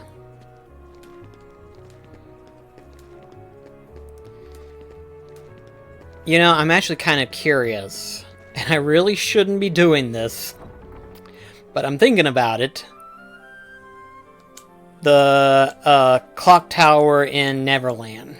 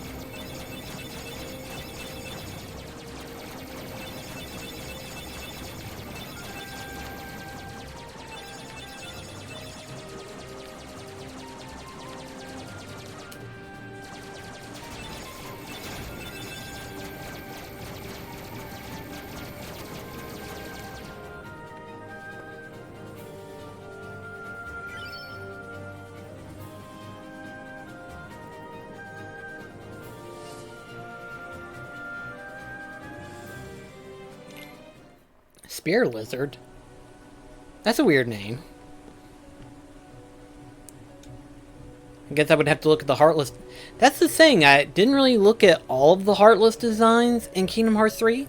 I don't know why I didn't do it, but I suppose we'll have to take a note of that. We'll have to remember to look up the Spear Lizard design in Kingdom Hearts 3 and just kind of look at it. That gets me curious. It's like, why is it called a Spear Lizard? I would make more sense if it was like a spear fish. Because it's essentially supposed to look like a fish people, but why is it a lizard?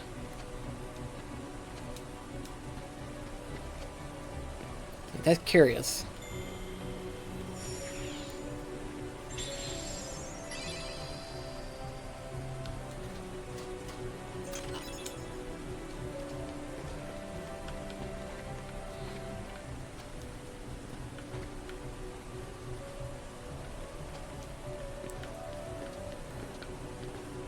Okay, let's take a look at it then.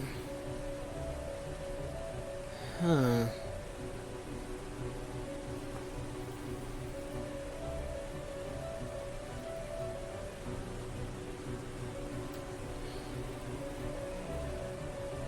Yeah, let's take a look at this.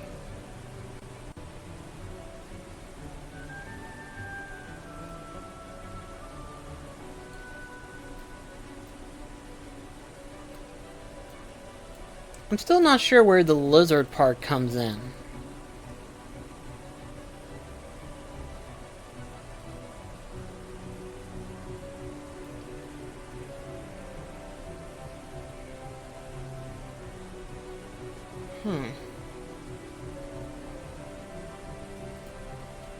I'm not sure.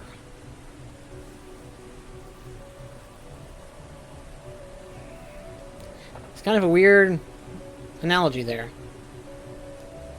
But it definitely has more of a resemblance of the Screwdriver Heartless. Just able to walk around instead of just swimming.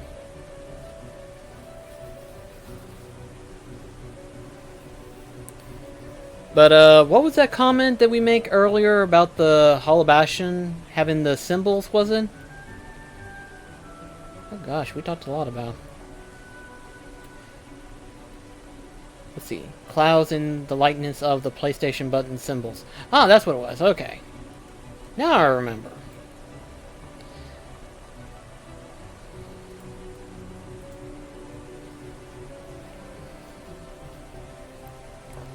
I feel like the comment that we made was that, considering the fact that, you know, at the time that it first came out for the PlayStation 2 system. So me and Daniel probably made like some kind of comparison notion of like, wouldn't it be awesome if the smokes popped out and it was like the PlayStation symbols and stuff like that? That's probably what we thought we were making, probably.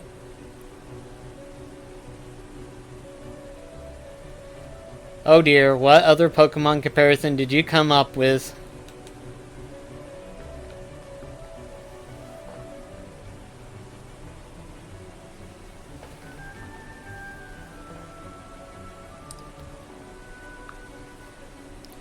Mad Ride. Are you talking about the, car Heartless?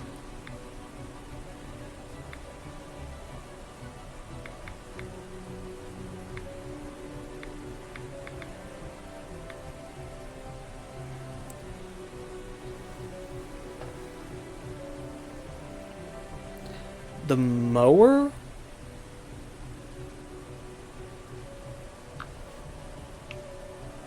Let me take a look at that.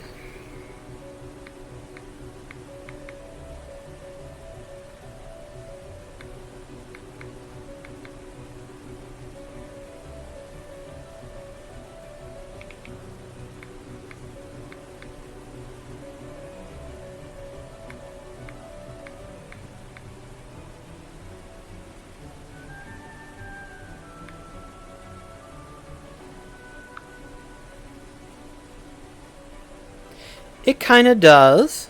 It kind of does, especially the teeth. The teeth definitely has that look of it.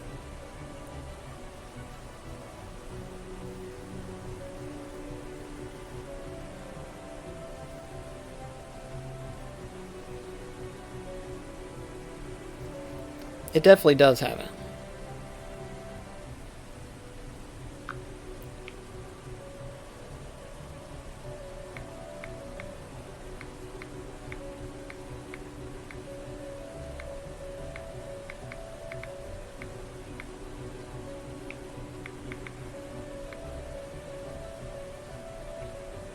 you're not wrong. It definitely does have a resemblance of a coffin. At this point, we're just going to end up making a video of all the comparisons of the Heartlesses to Pokemon. That's going to be something to make of.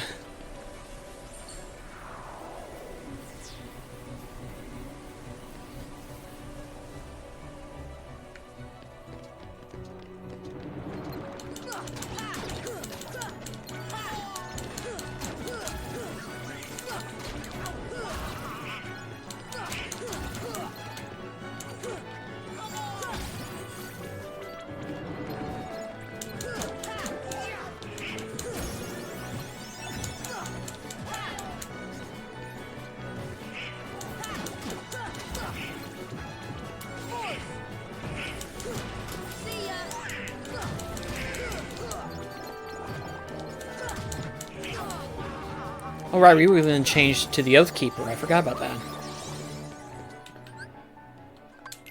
Let's see. There you are.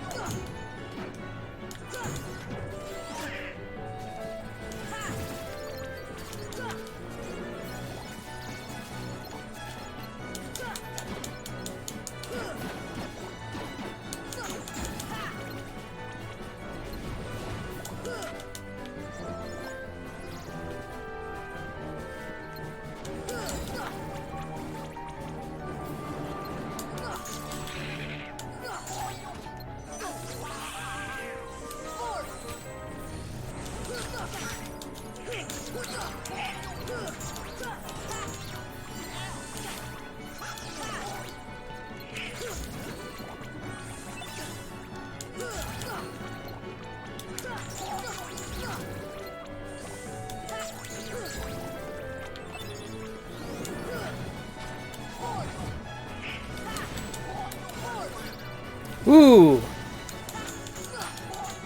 That was just weird.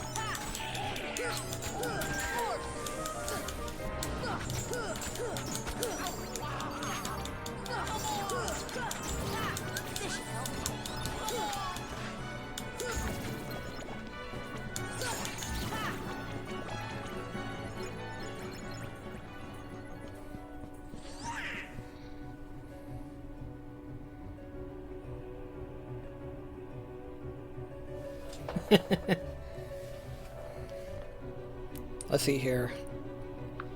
Let's take a look at that. Let's see.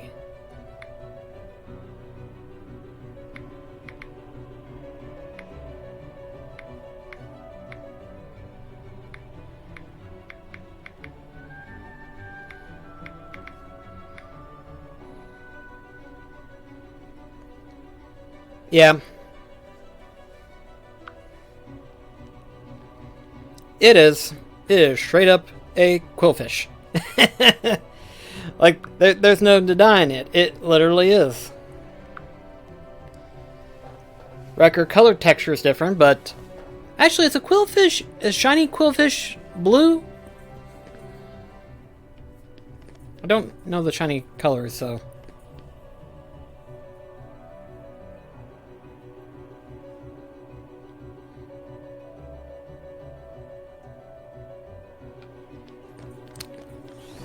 You're not wrong. I mean, if we're looking at that scenario, he would. He would own that steamboat.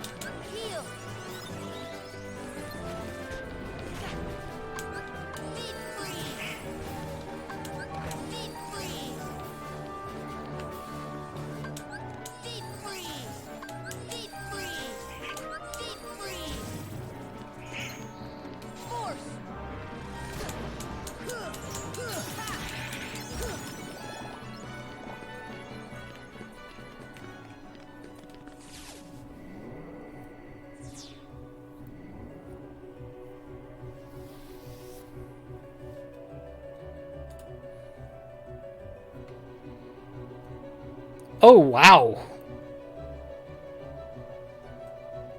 Wow.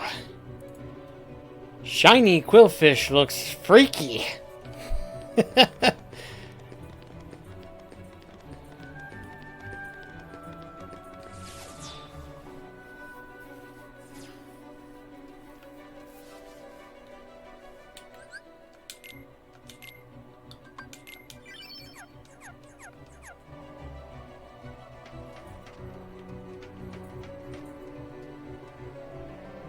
Oh, yeah, that's right. I forgot about that.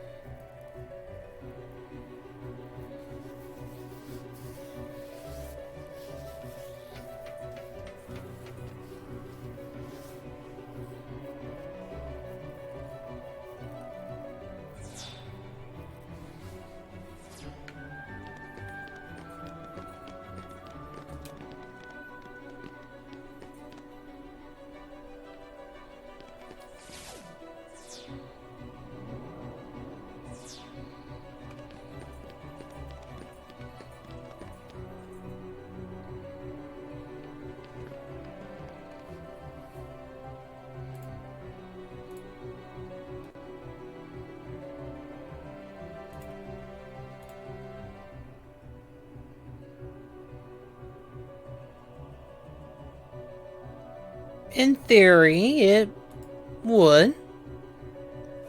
I think it would, actually. Huh. Minus the spikes, but it would.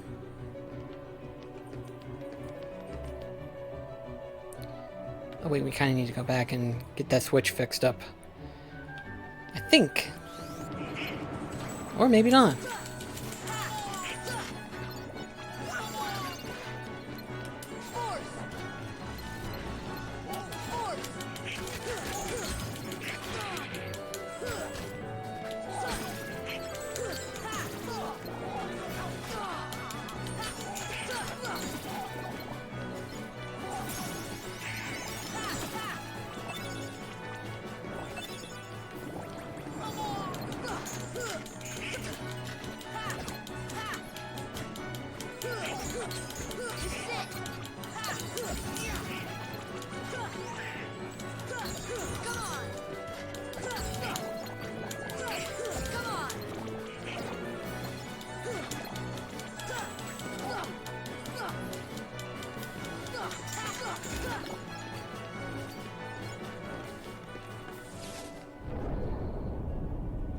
Oh, that didn't work.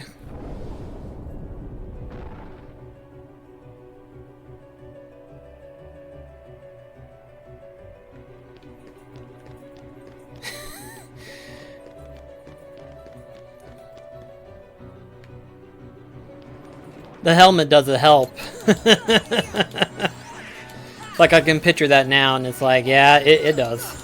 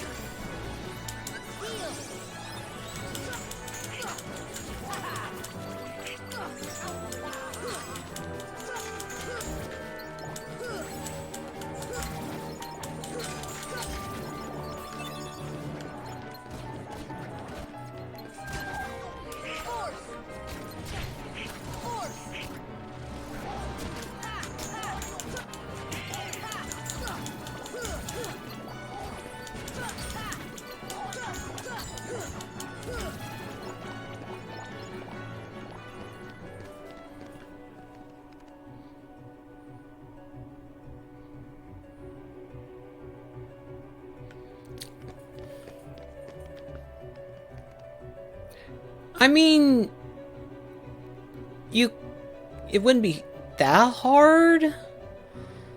At that point, you would just make random monster-looking Heartlesses, you know?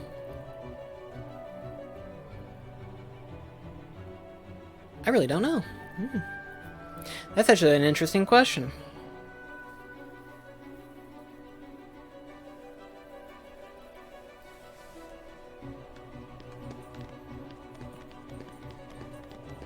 The wings definitely look like they're Heartless.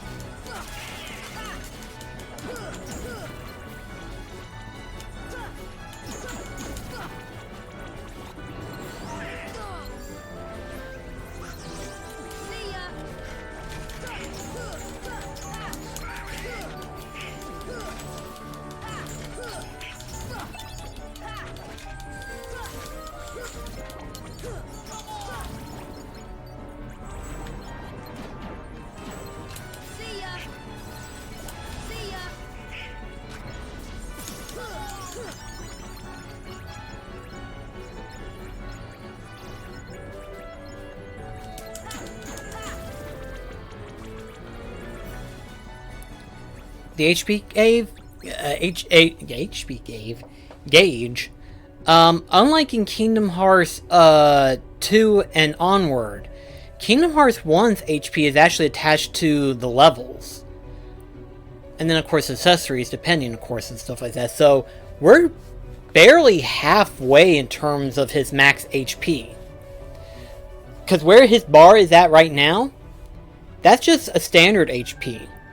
His HP can actually go to where Donald's foot is at. Maybe even longer, if I'm not mistaken. It's kind of insane. It's kind of insane. Like, we won't see his HP jump until, like, literally after, we beat, when would we see the jump? Like, right now it's pretty sizable, but it's not, like, large, you know?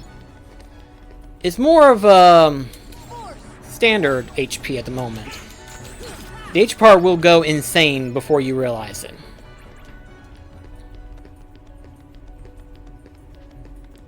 Of course, we're only at level 49, barely at max at the moment. So by the time we get to, like, say, level 80, level 90, his HP will actually stop. I think.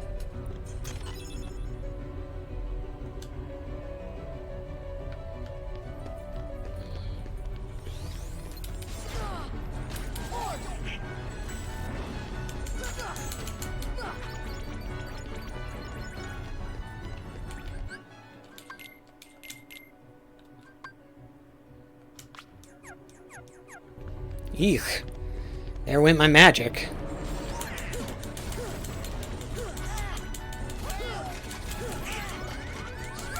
Oh, we almost had our first death! Did you see how small my HP was right there? We almost had our first official death.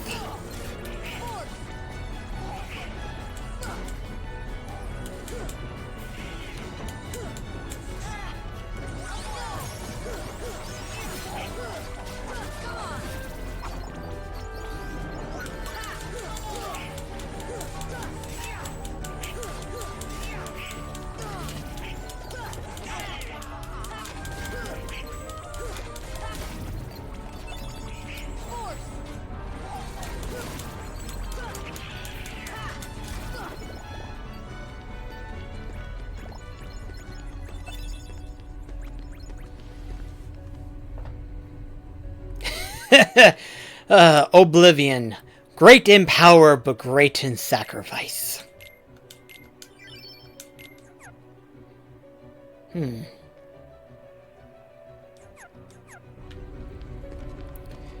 know what? We're gonna do something extremely crazy once we get done with this world. Once we get done with this world, we're gonna do something incredibly, insanely stupid, probably.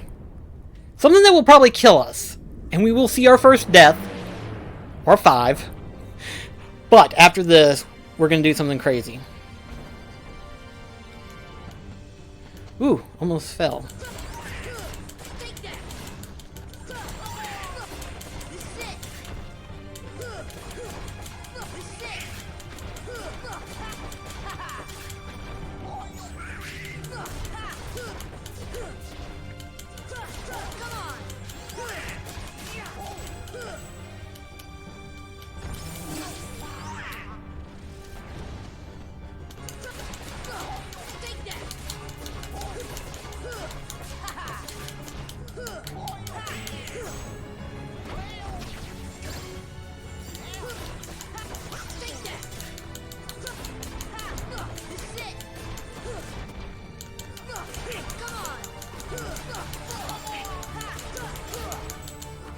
Oh, come on, I was just one more hit away.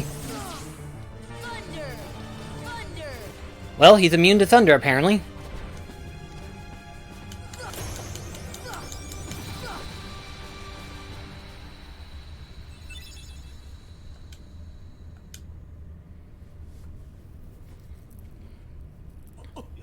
Now let's go and seal that big keyhole. Sora, you did it.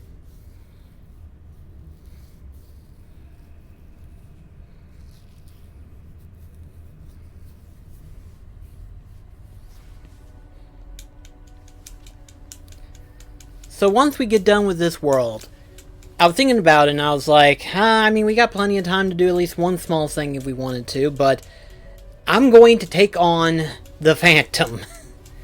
The Phantom's at the clock tower. We're already at that point where we can get another item, and I'm gonna have to fight him anyway. So it's like, at this point, going straight for the Phantom. He doesn't have a lot of HP, so we should be able to take him on with no major issue. I say that, and then we're gonna die. We'll never forget each other. No matter where we are, our hearts will bring us together again. Besides, I couldn't forget you, even if I wanted to. Yep, pretty much.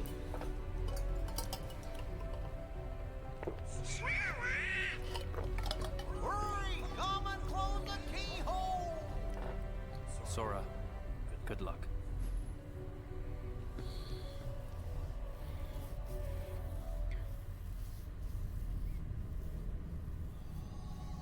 Yeah, exactly. And so far, we've been on track of getting every item at the clock tower and stuff like that. But because of this event and everything like that, this transition, all of the secret bosses are then activated. So in other words, if we wanted to, we can just jump into the end of the world, or we can do all of the other secret bosses and stuff like that. And really, in terms of secret bosses, Sephiroth, Unknown, or in this case, Xemnas, and Kirk Caesar would pose a threat. At our current level right now, they would pose a threat. But there are two secret bosses that we could actually take on right now, which is, of course, the Phantom and Ice Titan. Ice Titan, I feel like I could actually fight it with no problem. But before we do that,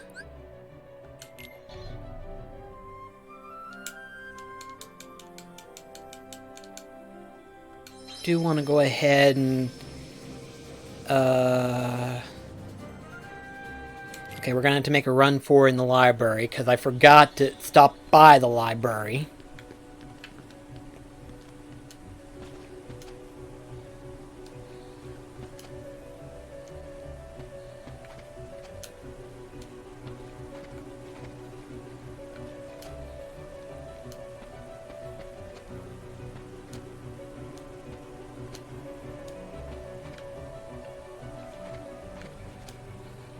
Oh, crap you. Oh, this works out well, actually.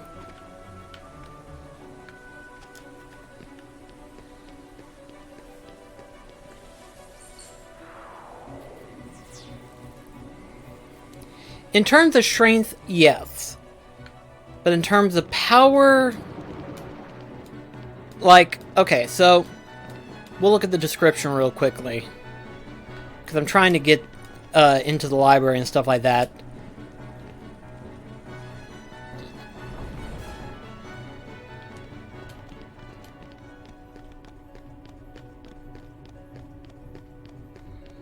Okay, this is where we get Kyrga.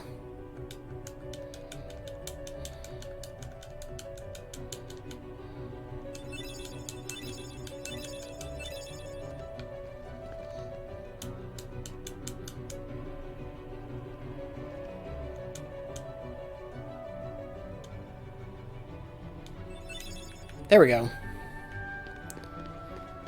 But in terms of strength, Divine Rose is actually stronger in terms of strength. In terms of like critical blow or stuff, I feel like Oblivion outmatches it. We'll have to look at the description and see what it says.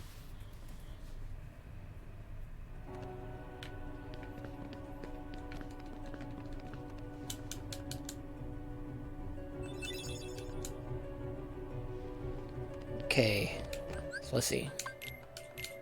Okay, so what it says, possesses colossal power, but reduces your max MP by 1. Or in our case, probably 2, I think, because this one gives you +1. But since we demoted to Oblivion, we lost 2, potentially. Divine Rose. In strength, it is +2, and we get 1 more MP.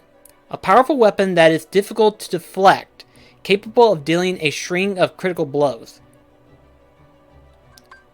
So we have possesses colossal power versus capable of dealing a string of critical blows. But if you look at it, it's slightly longer, isn't it? Like, okay, I know some people may not think it, but Keyblades actually have a secret stat that no one ever looks into. And that is reach. No other Keyblade tells that description except for Jungle Key. Has a long reach. That's a big detail, because it is one of the longer Keyblades. So it's like, yeah, Divine Rose is good, but it is slightly stubbier. Not as stubby as Fairy Harp, but it's pretty stubby. Versus like Oblivion, where it's slightly longer. So stat-wise, it would be better, but in terms... No? We probably should switch to Divine Rose, considering what I'm about to do. While we're on that subject, I need to kind of customize things.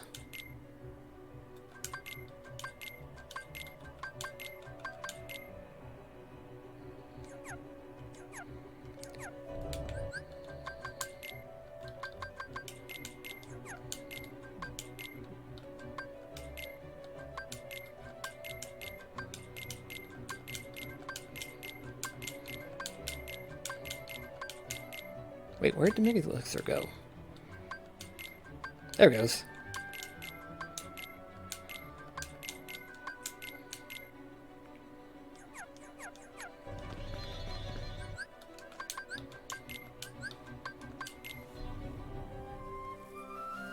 Yeah.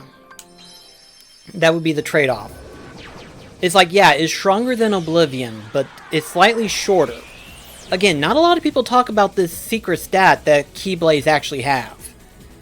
And that's the fact that they do actually have reach, which does play apparent.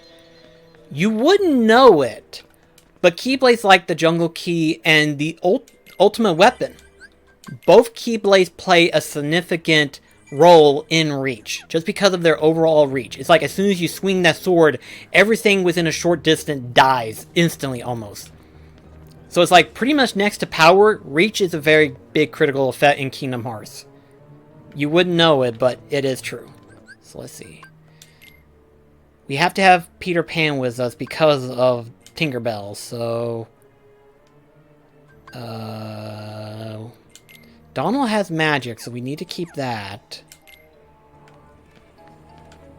Okay, I think we're ready. We got 28 minutes. 27 technically, but can we beat it? We are gonna find out. This is where we get our first death, probably. I remember as a kid, this thing scared the living hell out of me. Because this Final Mix version just looks like that, which honestly isn't bad. But in the original version, it's just straight up black. It's like staring at death in the face.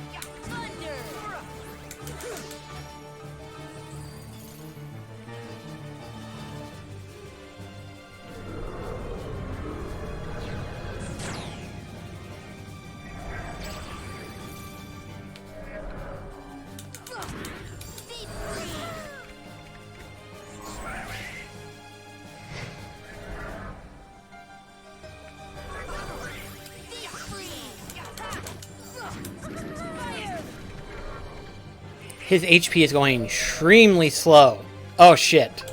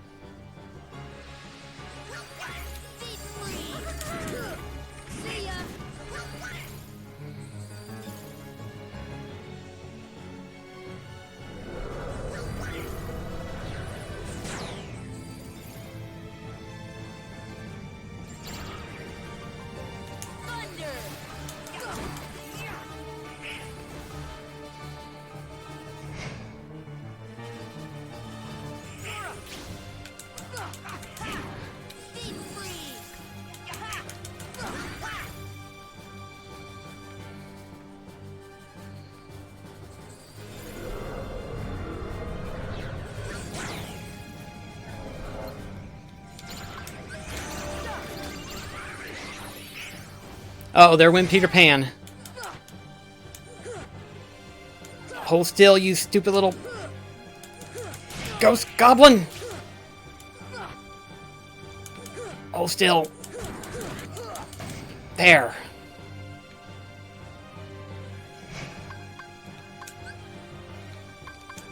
Heal. Thunder.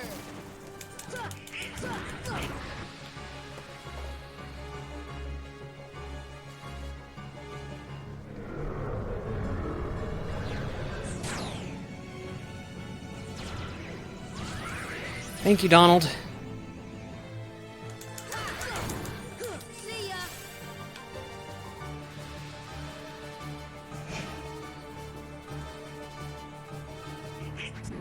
Deep freeze. See ya. Thunder. Here.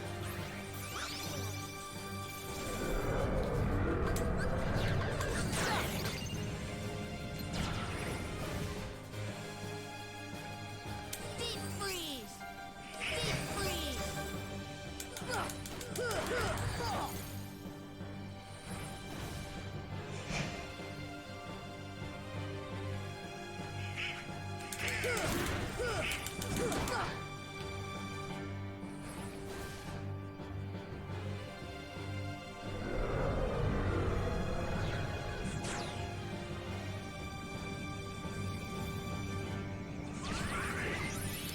Donald, you are on track right now. And I am glad you are.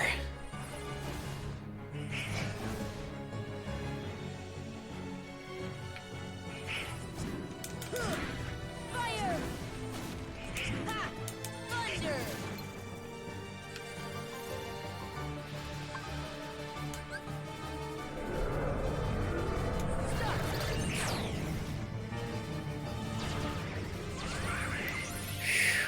Donald is on point right now. Fire.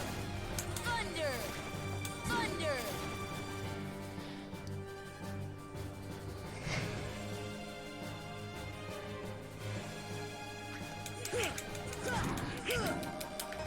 Oh crap, I'm out of MP. Here. See ya. Ha.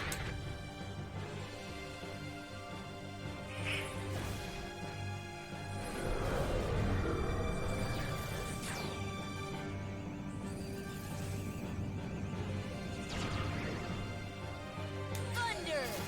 Deep freeze. Ha.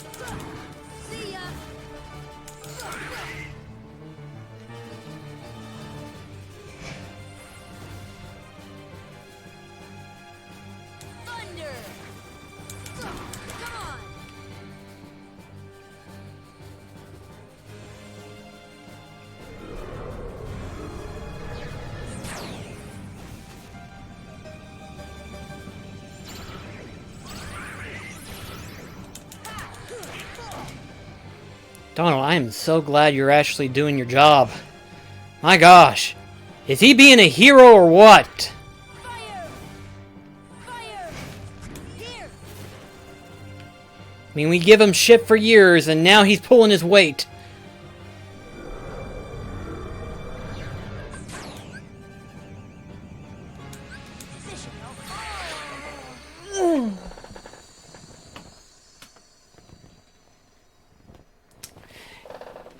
There was our first death, ladies and gentlemen. Okay. We were so flippin' close. Alright. I want to customize something.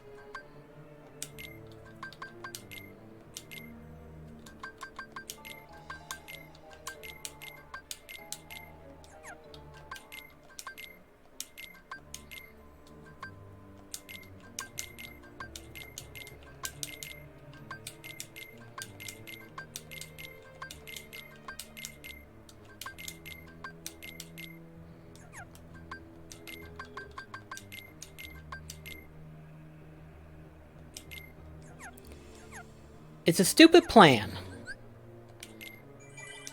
But sometimes you gotta have those stupid plans in order to survive. Let's see.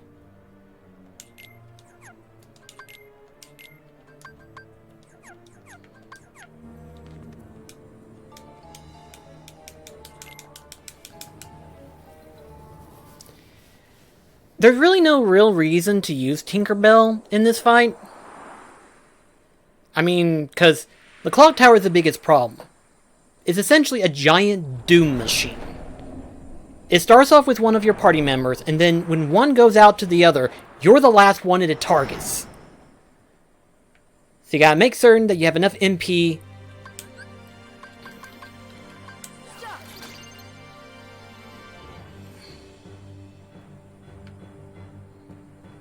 See ya!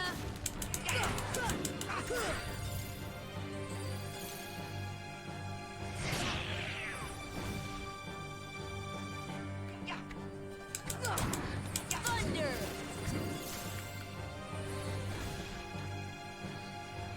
Just gotta make certain they don't use their MP fast, you know?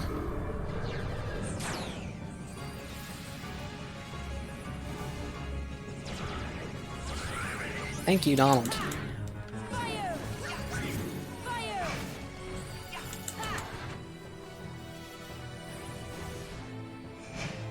Actually, since we're on the ground, we can't actually use summons, so that's an interesting fact to use. I'm just now looking at the summons thing, and it's grayed out, so it's like, I can't use it. Thank you for the MP.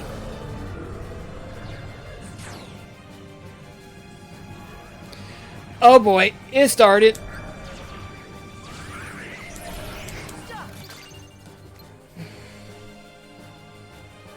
Thunder!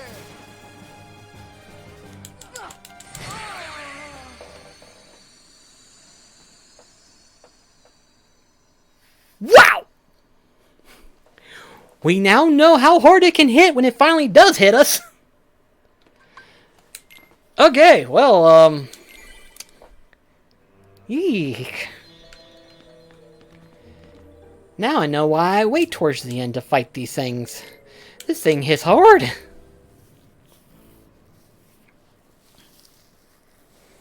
But you saw how we were doing the first time around. If we can just do this,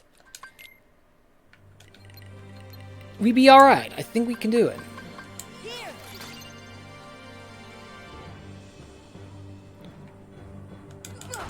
Come on!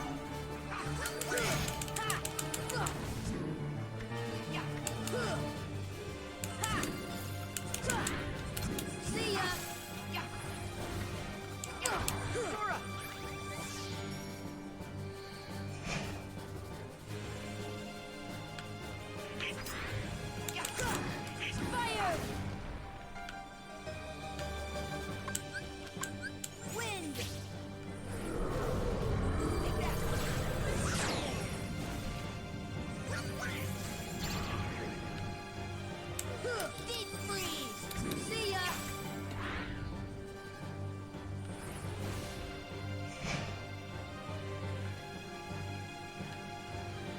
See ya! Deep freeze! Thunder!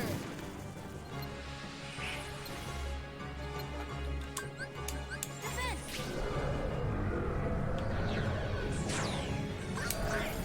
Here! Ha! Thunder!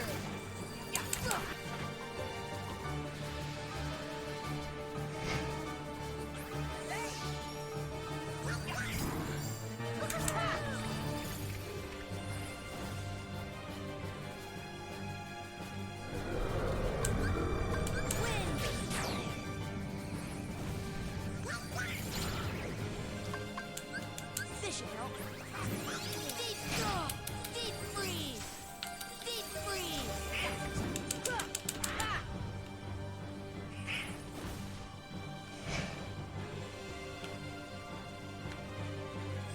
Fire! Fire! Ha! Defense!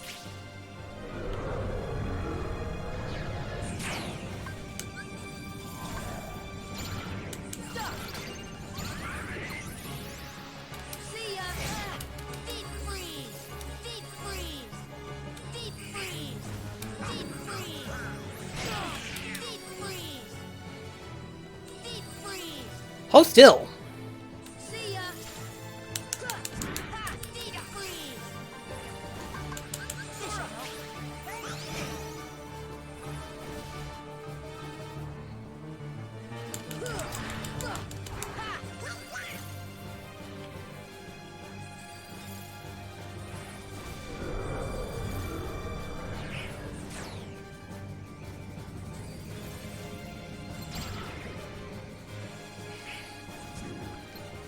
Thunder!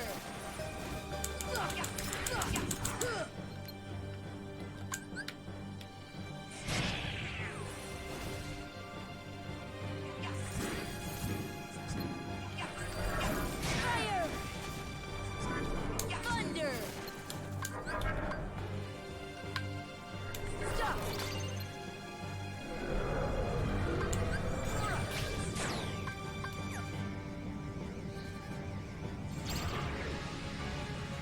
See ya!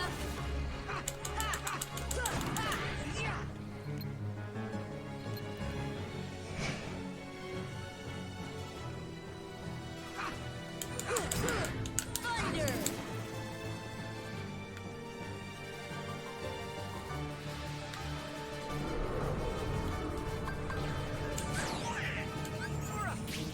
Here!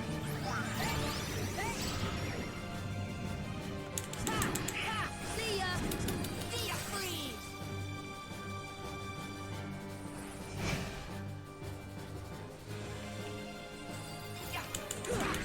Deep freeze!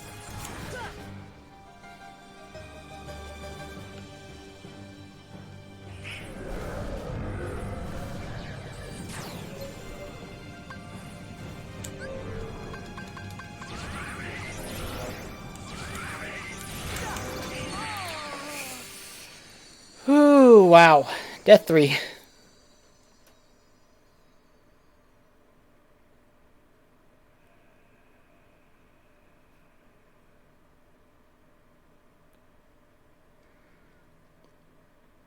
Huh. I never noticed that. But then again, I've been too busy trying to fight it. You may be right. I mean, it's not far off from the ideal. It's not far off from the ideal. Okay, let me think. Let me think.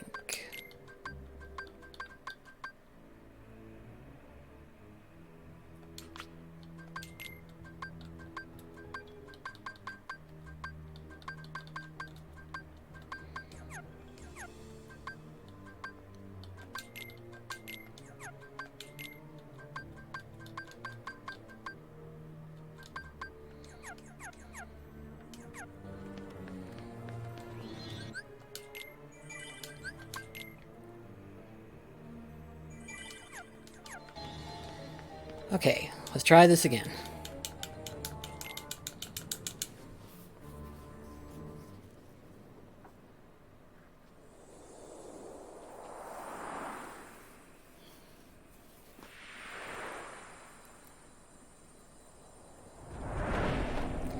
Yeah, if we don't beat this one in the time, then we'll probably have to end it for the night.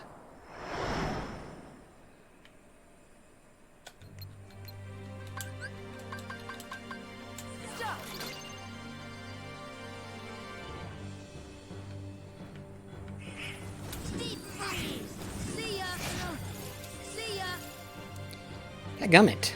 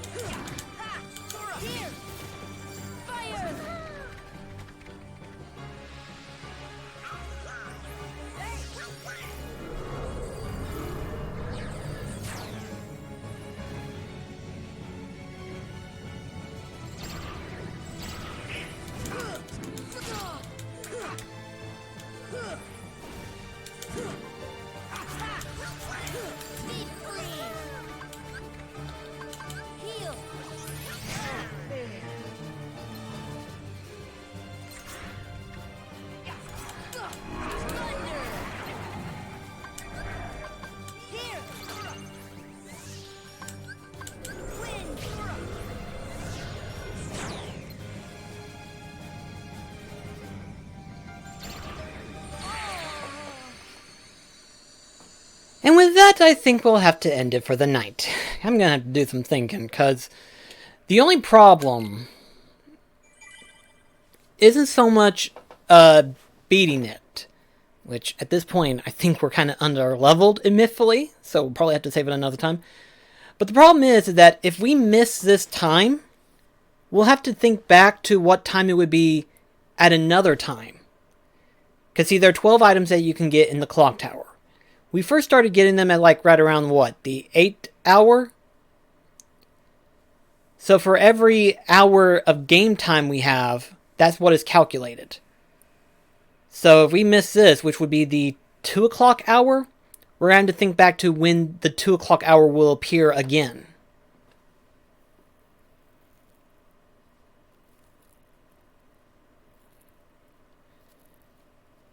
Probably. Something like that. I mean, those are more rare Heartlesses that give the rare items for the Synthesis shop, which we're not too worried about that, really, in all honesty. But yeah, so if it's 14 hour, we're going to have to think on, like, what hour would it be at a later time, because then we would concentrate more on, like, grinding and stuff like that, because actually, come to think of it, I need to look up the clock tower thing. 1 second. Need to look up the clock tower items.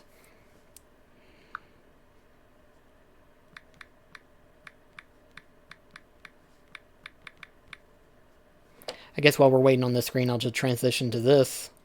There we go. Kingdom Hearts clock tower. Let's see. Items. There we go.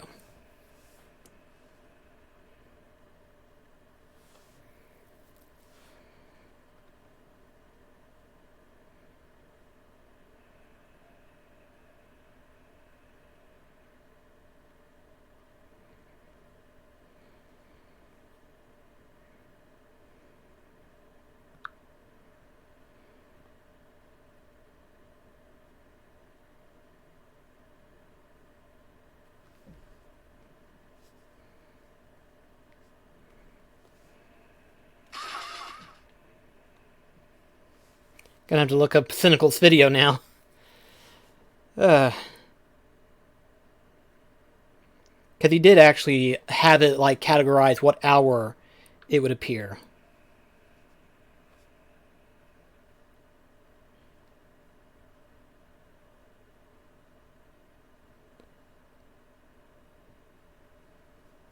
Come on. Ah, here we go.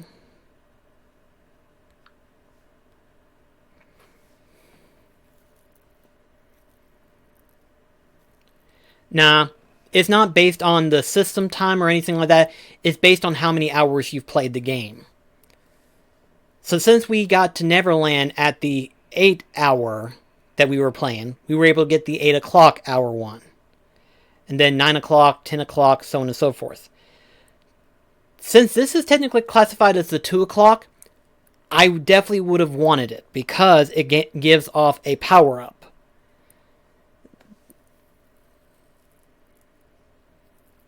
Yeah, or a lot of grinding, which we'll probably end up doing at some point in time, because the only other ones that I want to do is the Olympic Coliseum, which that will give us quite a bit of level up. We have Ice Titan, Sephiroth. Again, we're not going to tackle Sephiroth at our current level. Oh gosh, that'd be ridiculous. That would be insane. That was murderous. I feel like we could tackle on Ice Titan. In fact, really, Ice Titan would drop a really powerful Keyblade, the Diamond Dust. So that'd be really handy to have. Yeah, next stream we'll do the Hades Cup, and then we'll go from there. I mean, obviously I can go back to the Hercules Cup, do the solo run, the time run, and then by the time we do that, we'll do the Hades Cup, do the solo and time, giving Donald and Goofy their best weapons, and then we can do Ice Titan, which by then we'll have pretty high significant level at that point. We'll be having high enough level to tackle on Ice Titan, and then we'll narrow our options down. We'll narrow it down to see if we can tackle on Sephiroth, Kirk Caesar, and Xemnas. Which, Kirk Caesar I can probably handle at, like, say, level 70-ish, 80-ish maybe? I probably could. But Sephiroth and Xemnas will be a different story entirely. Sephiroth I could probably handle at 90 or 95, but Unknown, whew. I know I can beat them without being at max level. I don't have to be at max level. It would help, but I don't necessarily feel like I need to. In fact, we don't even need to worry about getting the ultimate Keyblade. We just need to worry about leveling up at this point. Which, by that point, we'll probably look at it and everything like that, and we'll determine our options and stuff. Yes, we do fight Rock Titan in the Hades Cup. It's literally the last one in the Hades run. Or in this case, Seed 1, should I say. Kingdom Hearts 1, by default. Kingdom Hearts 2, admittedly, you can do it without the ultimate weapon, and you can probably do it at level 50, 60-ish. It is not that hard of a fight. The reaction commands is what helps it for starters. If you don't react to that reaction command, you're going to hit hard. But because of all the abilities and stuff that you get, in fact, Final Mix version Sephiroth's Kingdom Hearts 2 is even easier because you have Limit Form. Limit Form you can just activate whenever you want to.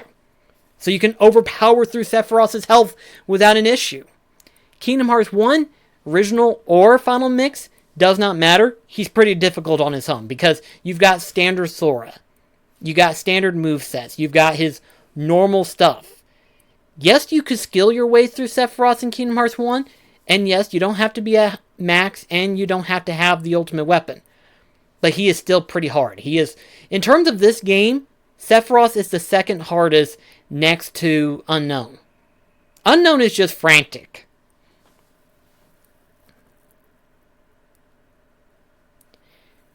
Oh, sorry, I should have read that. Lingering Will is hard. Is the hardest. It is the hardest, admittedly.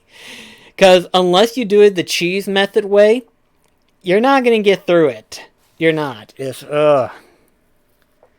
I know people kind of bounce back and forth, but Lingering Will, I think, is the hardest boss in the entire Kingdom Hearts series. I think so.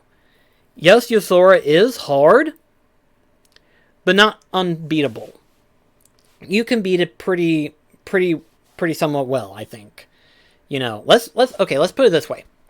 If it was in standard mode, no hard mode, critical mode, or anything like that, if it was standard, normal level ups, an ultimate weapon.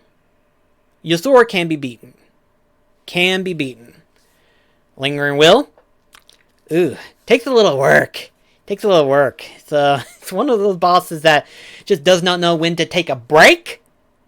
He will keep hitting you, no matter what. He will keep hitting you until he takes a second of break. And that second is your window of opportunity to hit him.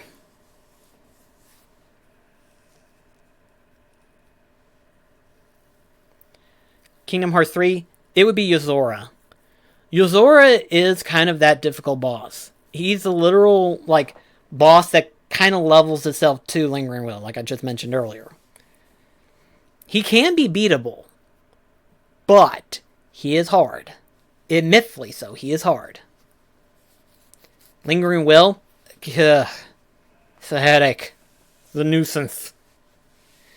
But yeah, I think we got it planned out. Actually, I don't mind it. I mean, again, because I've been familiar with the Kingdom Hearts series for so long and stuff like that, I actually don't mind it. I actually like it, you know? It's one of those things where it's like, if people don't know the series, I'd have no problem talking about the series again. Record, yes, on some of the more detailed stuff, like the time travel stuff, and the not so much the Ansem, Semnis, and differentiation and stuff like that, but the time travel one is where it can be really of a headache. It's like, you have to figure out, okay, how do I explain this and not make them confused? You know? That part is different, but yeah, I don't mind. I mean, if there's any questions that you or anyone else that's watching these streams and stuff like that, whatever questions they have for Kingdom Hearts, I'd be willing to answer them. I don't mind one bit.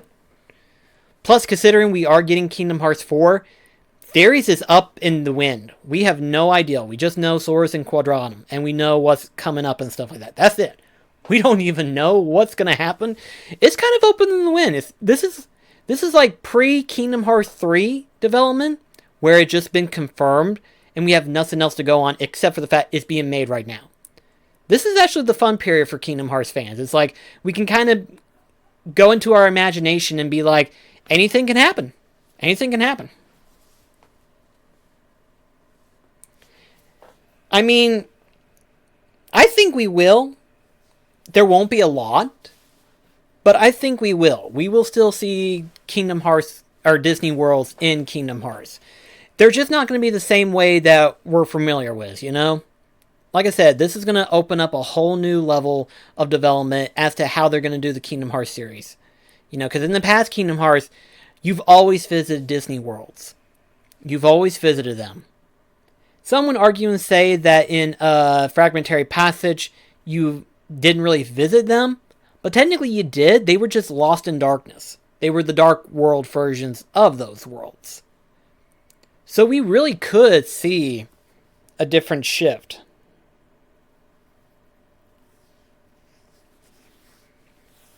It's going to be interesting what it is. But anyway, I think we've chattered enough as it is, as much as I would love to keep talking about Kingdom Hearts and stuff like that. We're about at the 3-hour mark, so I say we better go ahead and just close things off. Wouldn't you say, Mech? Ouch. It's been hilarious, it's been fun, and we had our first death, thanks to the Phantom of the Hour. Anyway, good night, Mech, and good night to anyone who will watch this. We'll see you in the next stream.